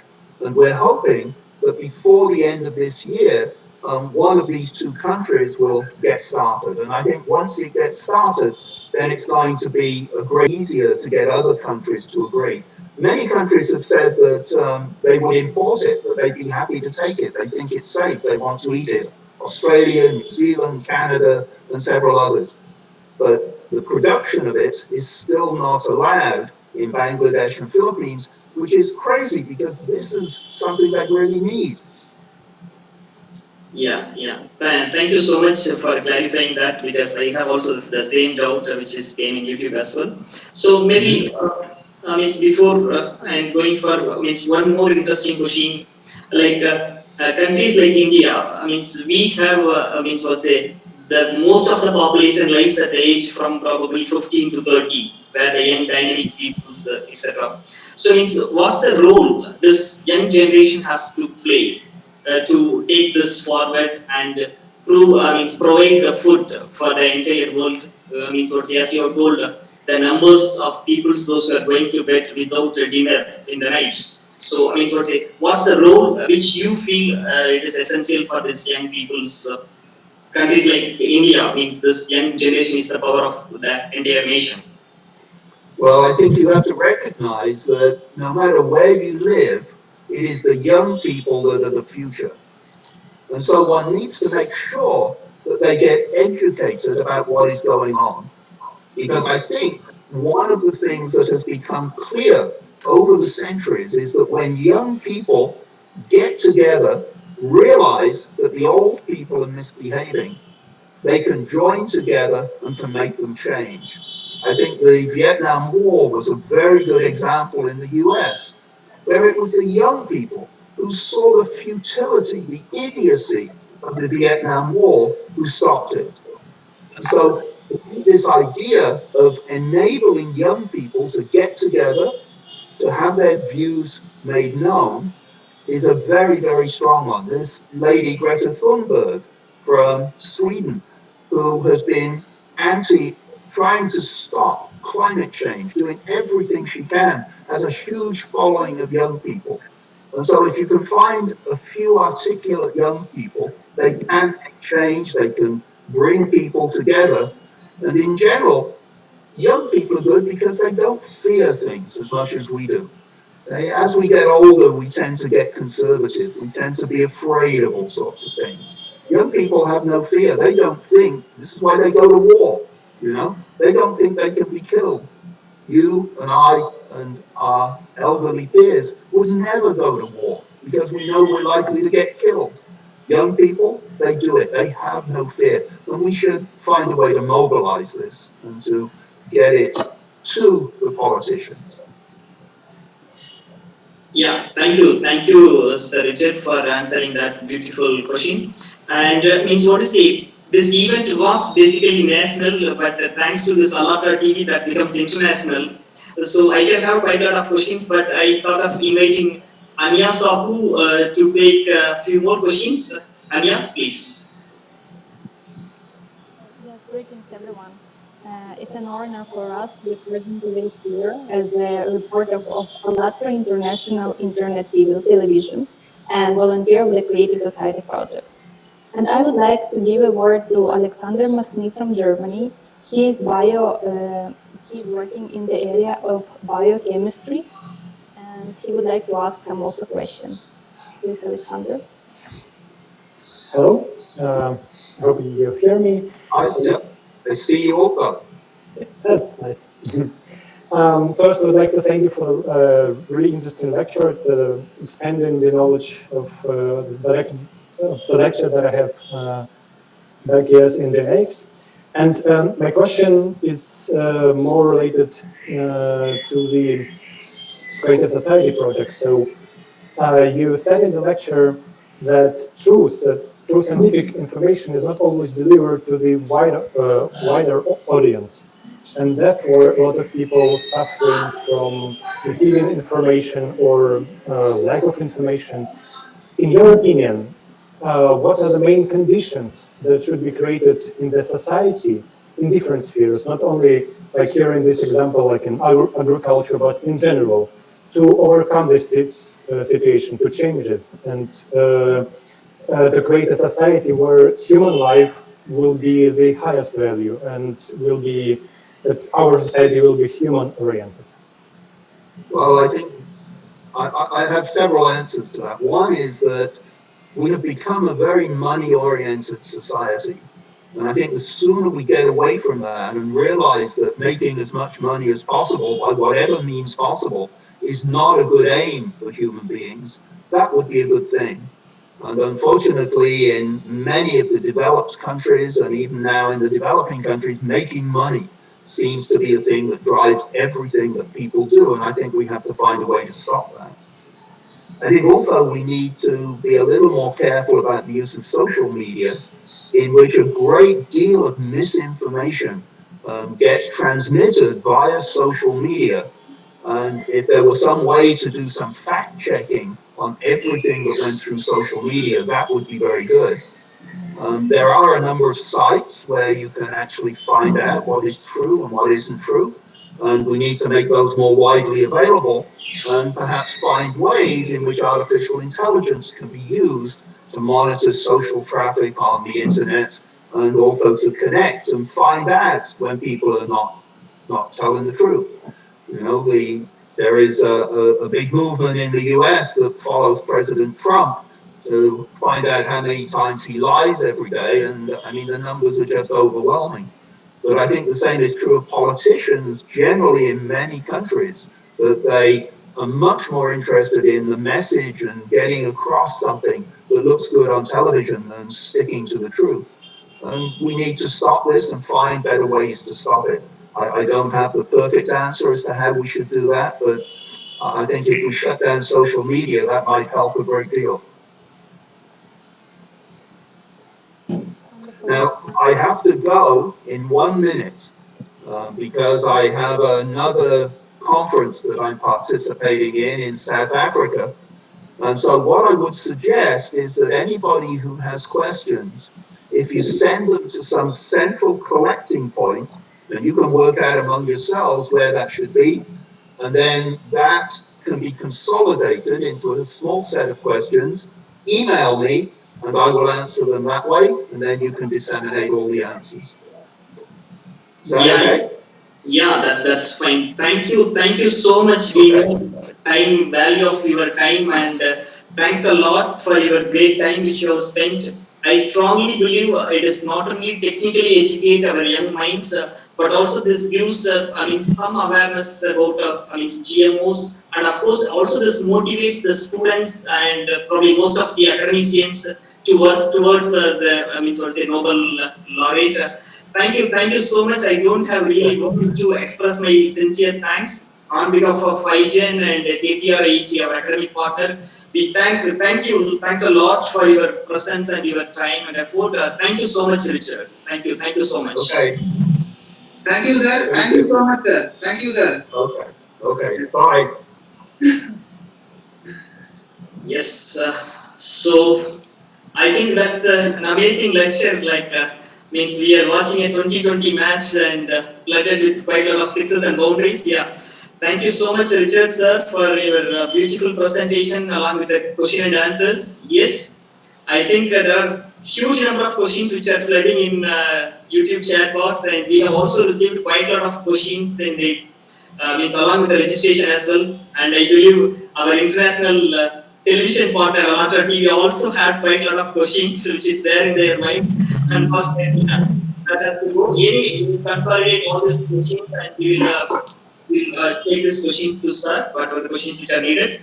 I once again thank all the participants, those who are in YouTube stream, because I mean, sort of say, though there are quite a lot of technical glitches at the beginning, I mean, sort of say, people has identified some technology come back to your our channel, right? That's the real reason why we have asked everyone to subscribe our channel. Yeah, thanks for few struggles, but thanks a lot for all the participants.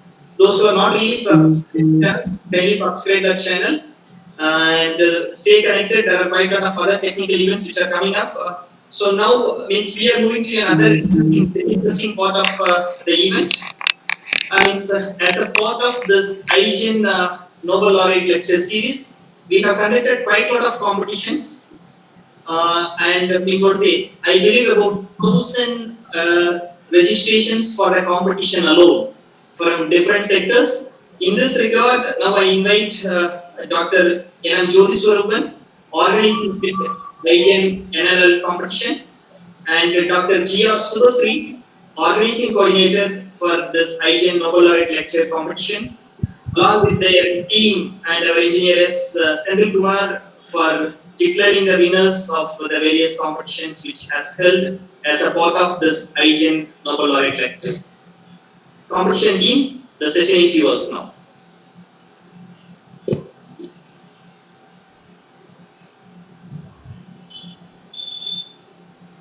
Okay, thank you, Sir.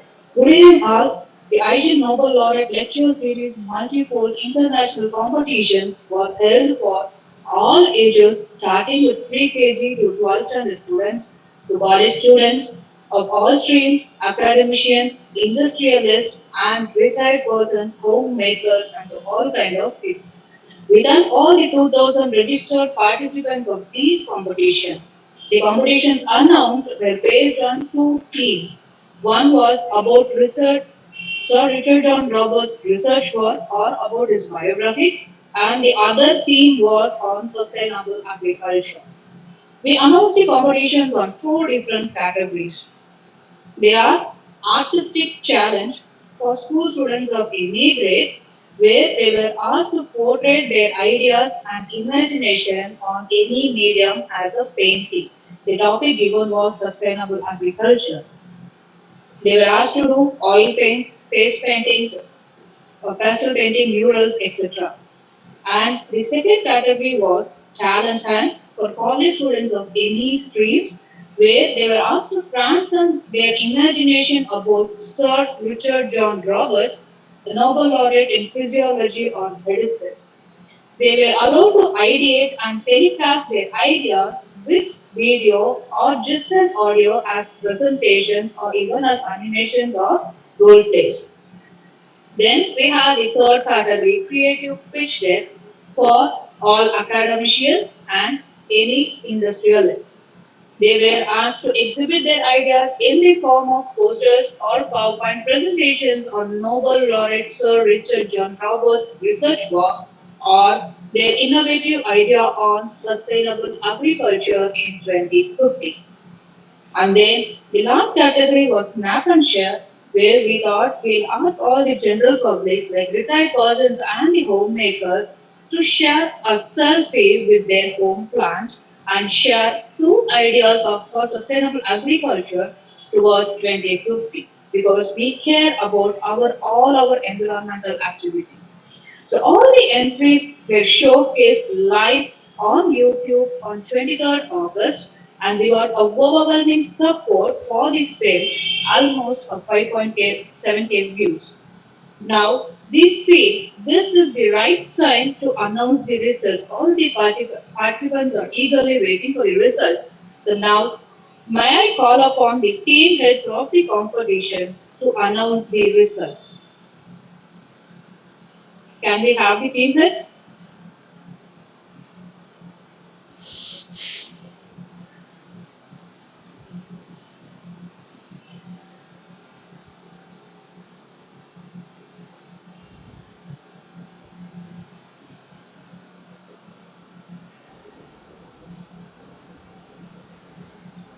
Dear all, it's an immense pleasure in welcoming you all for the competition where the people are gathered together. More than 2,000 entries we have received.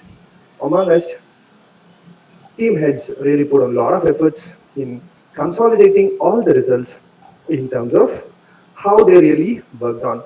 As per the words today that Robert Sir has inculcated in our mind, agriculture is not only for the particular age or particular gender. It's common to each and every one of us. On behalf of all these understanding, we have gathered a people starting from the age of 2 and it went up to the age of 70. So as ma'am was mentioning, we are congratulating all the winners and it doesn't mean that we have left our participants. Without them, nothing would have been a fruitful parameter to have this kind of interesting competitions starting from the age 2 to 70. Thank you. And now it's time for us to announce the first competition, that is artistic challenge. You could see the young minds with the idea of agriculture. While they are presenting, it's very, very eager for us to look at the young minds with the words of sustainable agriculture. That is the way it has been started from KG to second standard. The first winner is Mr. Geeta Singh, second Ms. S. Nagaswati. And the next category is between year third to sixth standard, and the winner is Ms. V.S. Ananya, and the runner is D. Arun Raj. So, and the last category is between 7th to 12th standard. The winner is Ms. N. Janani, and the runner is Mr. Tanuj Gupta.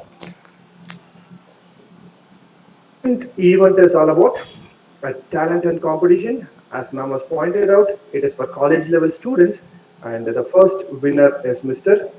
Anand Kumar Shukla, and the second is Miss Rakshita Madhu. And the third competition is all about creative pitch deck. The winner is Bungode Sambat, and the runner is Miss Prashantini. And the last event is all about snap and share. The winner is Miss Ashwin Kaur, and the runner is Mrs. Shruti S.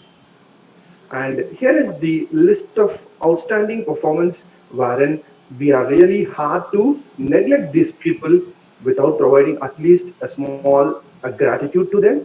And the first thing we would like to announce is outstanding. This has been really introduced at the last moment because of their active participation. And you could see the list here for the different categories. And for winners and runners, we gratitude with them with a shield, medal, and signed by Dr. Richard Johnson Robert. On the outstanding, they will get the medal and the certificate. All the participants are get the participation certificate. So here is the first event with a list you could see. The second one is all about talent and event with the outstanding performers. The list is very big, so we are not reading out all the names, but don't worry, we will be contacting you in person and delivering the shield and medal through the courier. And the last one is all about third event. It's about the snap and share. Here also you could see the list of outstanding performance. And the last one is, and finally, with this person, all this has been happened. That is none other than our team coordinator, Dr. M. N. Jyoti Sharuban, founder, IGEN. Now I would like to hand over the session to Subhashri ma'am to take over. Thank you, ma'am. Thank you, sir. So we have selected one winner and one runner for each category, and we couldn't avoid. So we have selected 10 outstanding contributions for the same. So it's just a reminder message, the e-certificate, medal and the shield for all the winners will be sent through courier. It will take some time. Our team will be in touch with you regarding this same. We again express our gratitude to our organizing head for IGEN NLS competitions, Dr. N.M. Jyoti Swarupan, for his constant support and guidance. I invite Engineer Senthil Kumar, head partners of IGEN, to congratulate our winners.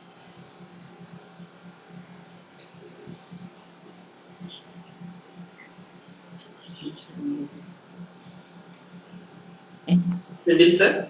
Yes, sir. Yes, sir. Very good evening to everyone. Very nice session today. Senthil sir, video sir. Video. Yes, sir. Very good evening to everyone. Very nice session. Today we are everyone watching that Richard.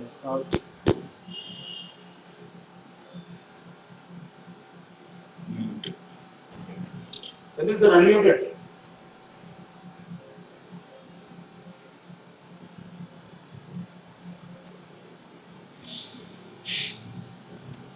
Senthil sir, you have to unmute yourself, sir. Senthil sir, remove the headphone and talk, sir. Remove the. Okay. Okay.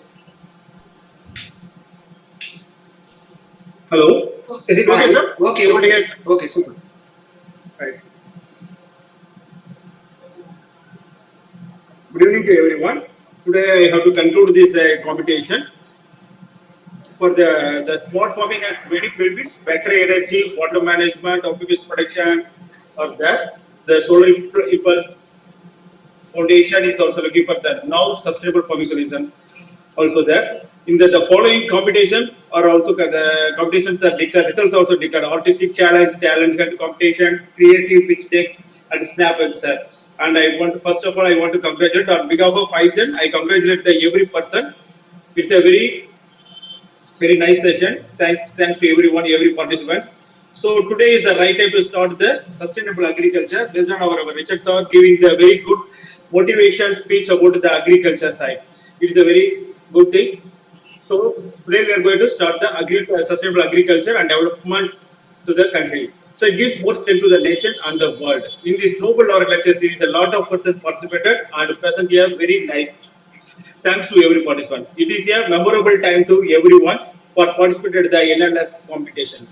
So we are happy to announce that IGEN NLS team will very soon host a validatory function for all the participants of multiple competitions and felicitate the winners and certificates and awards.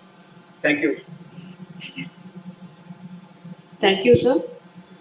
So with that, we are concluding our remarks for the competitions. We thank all the participants and everyone for making our event a very successful one. Thank you. Selva sir. Thank you so much, Subhashri madam, for that announcing the competition winners.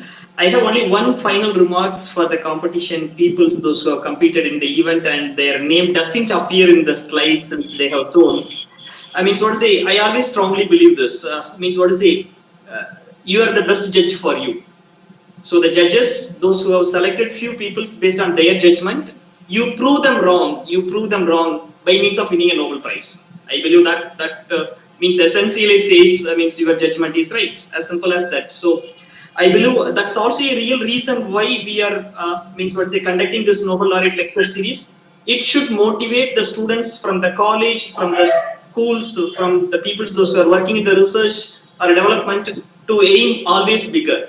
Even I thought means what to say Nobel Laureate lecture series is next to impossible, but means what to say I am in means what to say comparing that event. So everything is possible. So aim high and prove our judges are wrong. If you prove that, means I will be the happiest person in the world.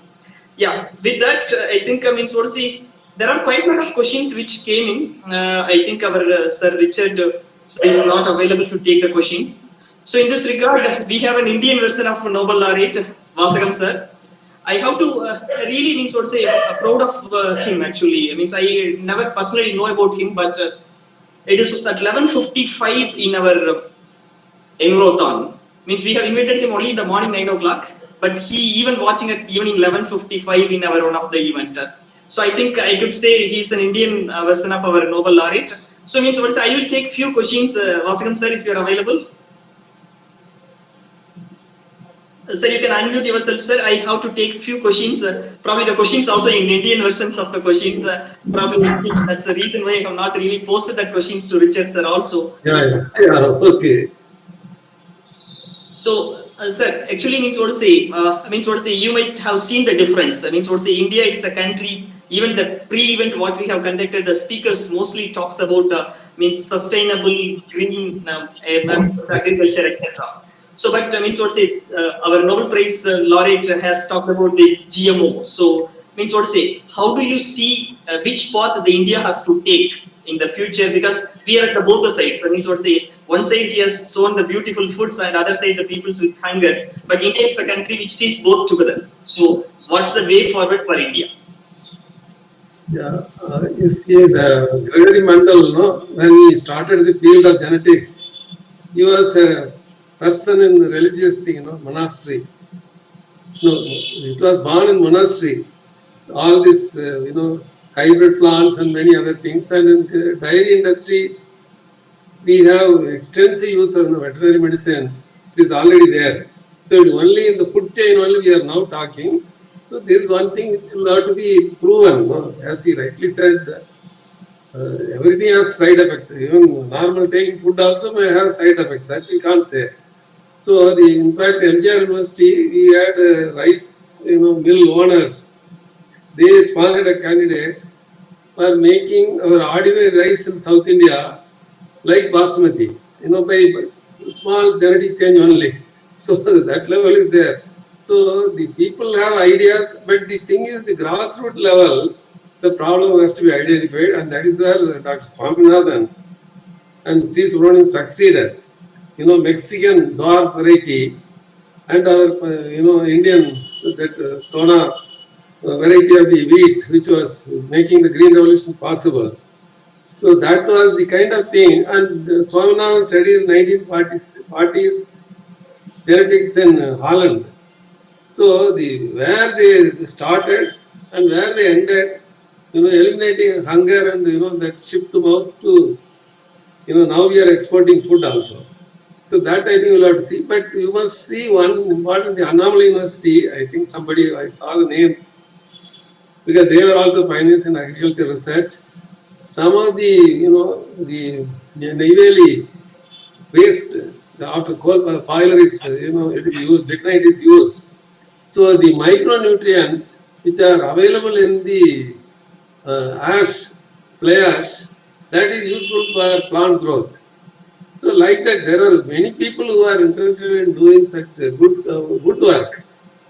That you will have to see. At the same time, we also see today this COVID vaccine, more than, I don't know, 100 and odd companies are running the race, but how they will come out with something which is workable, whether it is 1 year from now or 2 years from now, even WHO says 2 years it will take. So certain things take time, but I think we should be careful in selecting the right path. That is what I think. But I want to always give an example. When P.T. Usha was found by Nambiar, in the Kannur beach, Kannur area, she was actually running in the beach sand without any shoe or anything like that, of course, sand. And after seeing her performing again that kind of condition, one Nambiar emerged as a coach. So the Nobel laureates are supposed to be mentoring these kind of people who may have talent and innate capability. That is what I think this series should successfully do it. So Thank I you. hope that the competition which you are conceiving also should be beyond the textbook, beyond the journals, and beyond the research lab activity. Or beyond that, you have to think of problems. That is what I think the IGEN has to generate such category of problems as the competition challenge. That is what you will have to see. Yes, sir. Yes, sir. Yes, sir. Thank you. Thank you so much for your input, sir. I think means what say the people's outside IGEN has a jealous on IGEN. I have to say this actually, really means what say how these peoples are quite frequently doing marathon means 12 hours even 13-hour events and bringing quite a lot of peoples. And I have to appreciate two important peoples. One is Aram Vaskam sir, and other one is Sheikh Dawood sir.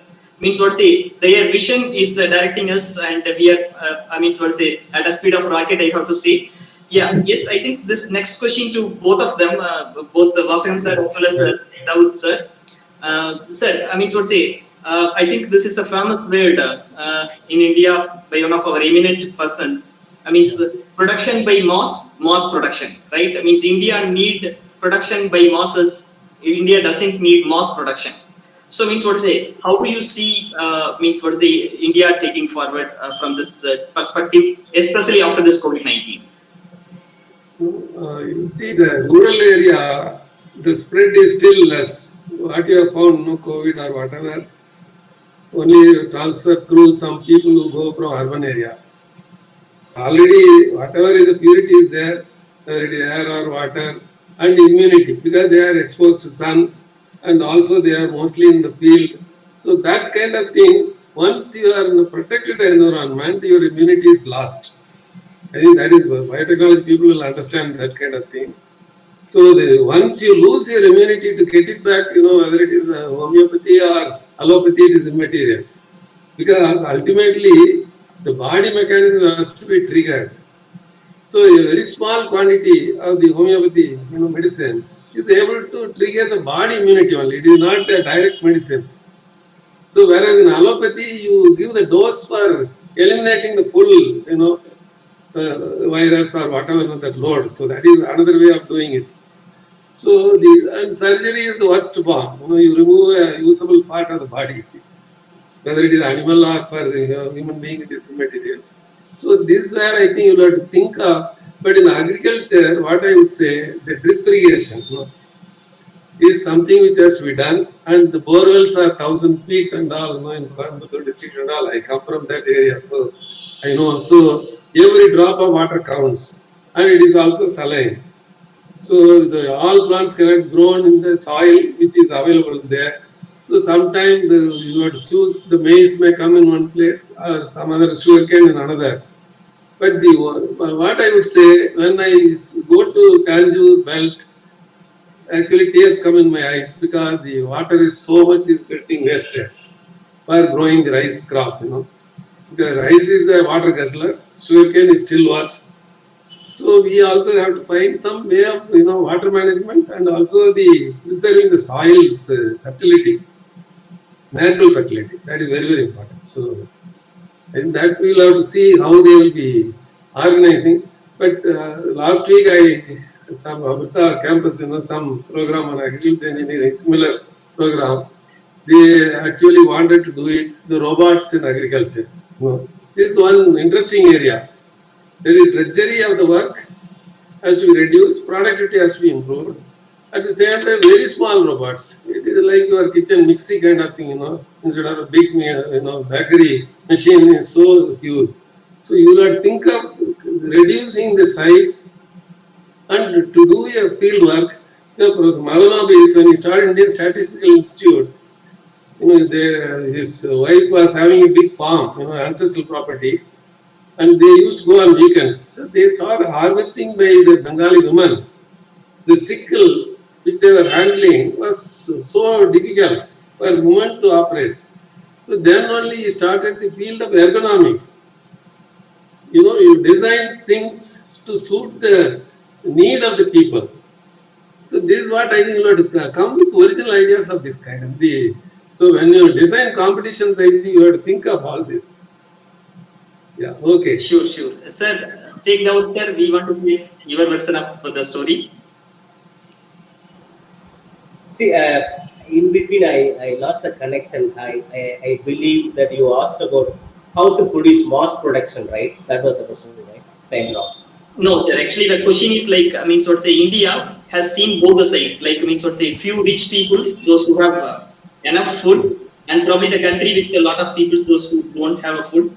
So, how do you see? What's the solution? Mass production or production by masses? That means a mass production in the probably like a corporate world, etc., or production by masses, which is distributed across the nation like a villages. Yeah, so this is very interesting question. Uh, as I mentioned in my initial address, okay, our agriculture land, okay, that proposes is coming down. You know, notice that we were actually reducing it by making that urbanization. Like we are building today across India, you say all the roads connected, both the sides buildings are coming up. Earlier we used to see farming land. Now we are seeing only buildings. What does that mean? So now Indians are ready to transform their agriculture land into something else. So that means the mass production only is the way.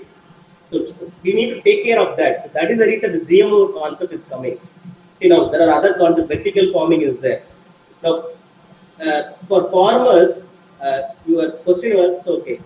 Uh, Basic farmer. Suppose you want to start some farming today. People are talking about it. All concepts, but it's very difficult to manage water.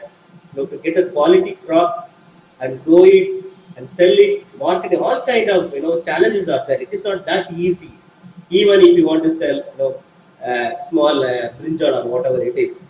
But if you do mass production, I'm not only way country like us, we have 130 crore people and still growing to cope up that. That would be there. Yeah, thank you so much, sirs, for your answers. I think with the energy what you have, I think you can take quite a lot of questions. But we are running short of time, and I means always wondering why this Ramesh sir has always exponential ideas. I think he might be sitting near to R. Vasagam sir. I think that might be the reason why he is getting quite a lot of ideas. I have to probably reserve a seat near to R. Vasagam sir. I am also from the same near Coimbatore district, so I believe I will get a seat next to you. And now, what to say? We are, what to say, about to conclude this Nobel Laureate Lecture Series 1. So we have introduced this Nobel Laureate Lecture Series as well as the Lecture 1 today. So in this regard, I invite IGEN Israt Meera Misana Madam to give her remarks of this event. Madam? Thank you, Silva sir. It's a pleasure to give the concluding marks of this event. As Selva has said, dream come true for the Nobel Laureate lecture. That's what is the experience that we are feeling right now with KPR team and IGEN team. We started with the felicitation address, and Padma Shri R.M. Vasagam sir has rightly said that efficient use of land and water and resources management is the need of the hour. And APJ Dawood sir has said like ship to mouth existence is the need. Similarly, we had our governor who has come down for our event. She has presented us with the notation, what are the various schemes that are being introduced by our PMO office. And at the same time, she has rightly said, agriculture is the culture of the country. And as India is developing country, that is the need of our. And with respect to it, we had our Nobel laureate giving a lecture on GMO, the sustainable agriculture.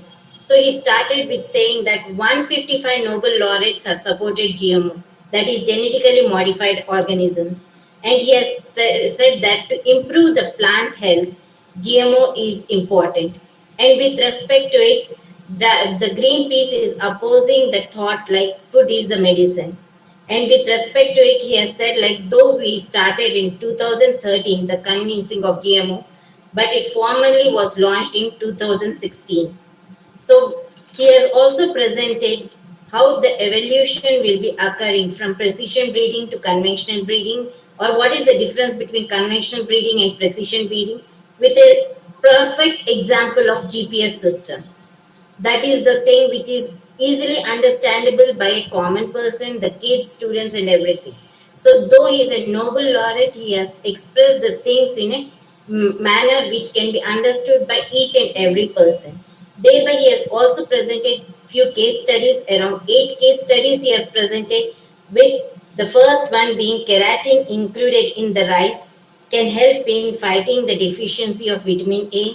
Then he has said, like, though insulin is extracted from yeast, it is also not being opposed by the Greenpeace because that is the need of European or the developed countries. Then he talked about the green illusion, then how the sweet pepper can be used to resistant the banana problem. Then he talked about how the developing nations like Kenya and Uganda scientists have engineered CBSV, that is cassava resistant variety, to fight the brown stick disease. And with respect to the southern Africa, how they have developed about the fall army worm also was focused. Then he talked about our neighboring country Bangladesh, how the eggplant has been, the production has been improved by the BTA technology. So he has requested India also to remove the ban on the BTA crops. So it is the responsibility upon us to fight in the same lines to get the sustainable agriculture and GMO crops into this. And along with it, he also mentioned about the rainbow papaya. Though that is a GMO product, it is highly utilized in USA, but it is banned in Thailand. So it is a 77% engineered product. So with respect to it, he has said that we need more science in politics and less politics in science. That was his summary. And he has said that food is a luxury for the developing countries, not a problem. For developed countries. For developing countries, the civil society must play its role. Thereby, the media should present science facts, not science fictions. So, with respect to it, he has said like GMO is safe and is a wonderful solution for sustainable agriculture. And thereby, he has patiently answered all the queries, and he has said like life is all about taking risks. So we have to be prepared to take the risk. A seed grows with no sound, but tree falls with huge noise. Destruction has noise, but creation is quiet.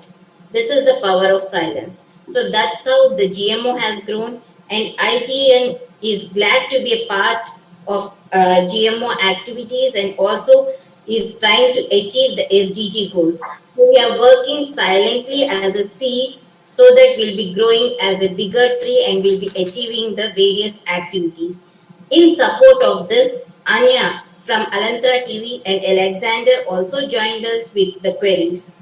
So they were with us and always hope they'll be with us.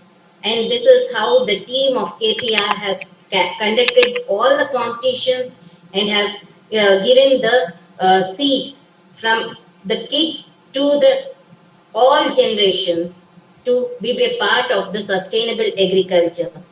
We are very, very much thankful to Vasagam sir, who has not only answered the queries of the participants, but has given the suggestions for the competitions and the need of innovativeness. As Daud sir, you are a part of us.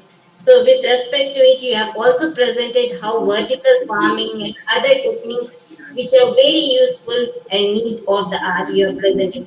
Thank you very much, sir, for your wonderful awareness for us. I'm thankful for IGEN team for giving me this opportunity to sum up all about this event. Thank you, Ramesh sir, and thank you, team. Thank you so much, madam. There is always a saying: the best teacher in the world should be the means the best student. And I believe means the way you have captured the means points from our Nobel laureate lecture. I think the summary what you have made that's amazingly brilliant. Thank you so much, madam. Yeah, I think Hudson is clapping so that is. Thank you, sir. Thank you so much. So that says the effort what you put in. So I think I mean so say there is an always an amazing thought as I already told this I personally felt this is almost next to impossible, but the woman behind this is none other than Dr. Aguila, Principal KPRIET, Organizing Secretary IGEN, NLS. Madam, I expect your organizing secretary remarks, probably the journey which you have walked throughout, and means finally we are here on the day. Yes, madam, please. Yes, yes. Thank you, Selva. And this event, August 25th event, started uh, 3 months back in a small way, telling that can we conduct a program with Nobel laureate, and followed by a brief discussion with Dr. Ramesh and Subhashri. It started very casually, and once Richard sir told that he will be able to participate as the first Nobel laureate speaker, we were so grateful. They rolled on just 2 months. Then we started rolling our wheels, and initially we had some discussion that how to go about, who will all participate in this, and how to take it internationally. Whether we'll have a good participants all around the globe. So those all things came into hands, and we were very lucky to partner with many of the people in India and across the globe. So I like to mention here some of the people. I gratefully acknowledge to our IGEN Nobel laureate lecture series campaign ambassadors first: Gunashekar, Ashwini, Tejashvi, Arun Kumar, Dr. Subhasish Roy, Kirti Poga, Yashwantini, yeah, Arun Kumar, uh, Pawanchit Kar, Amujiri Bishwanath, and Dr. Ishrat Mirsana, and followed by Arjun Chetri, Baninder Singh, Abhishek, Sharan Sanjeev.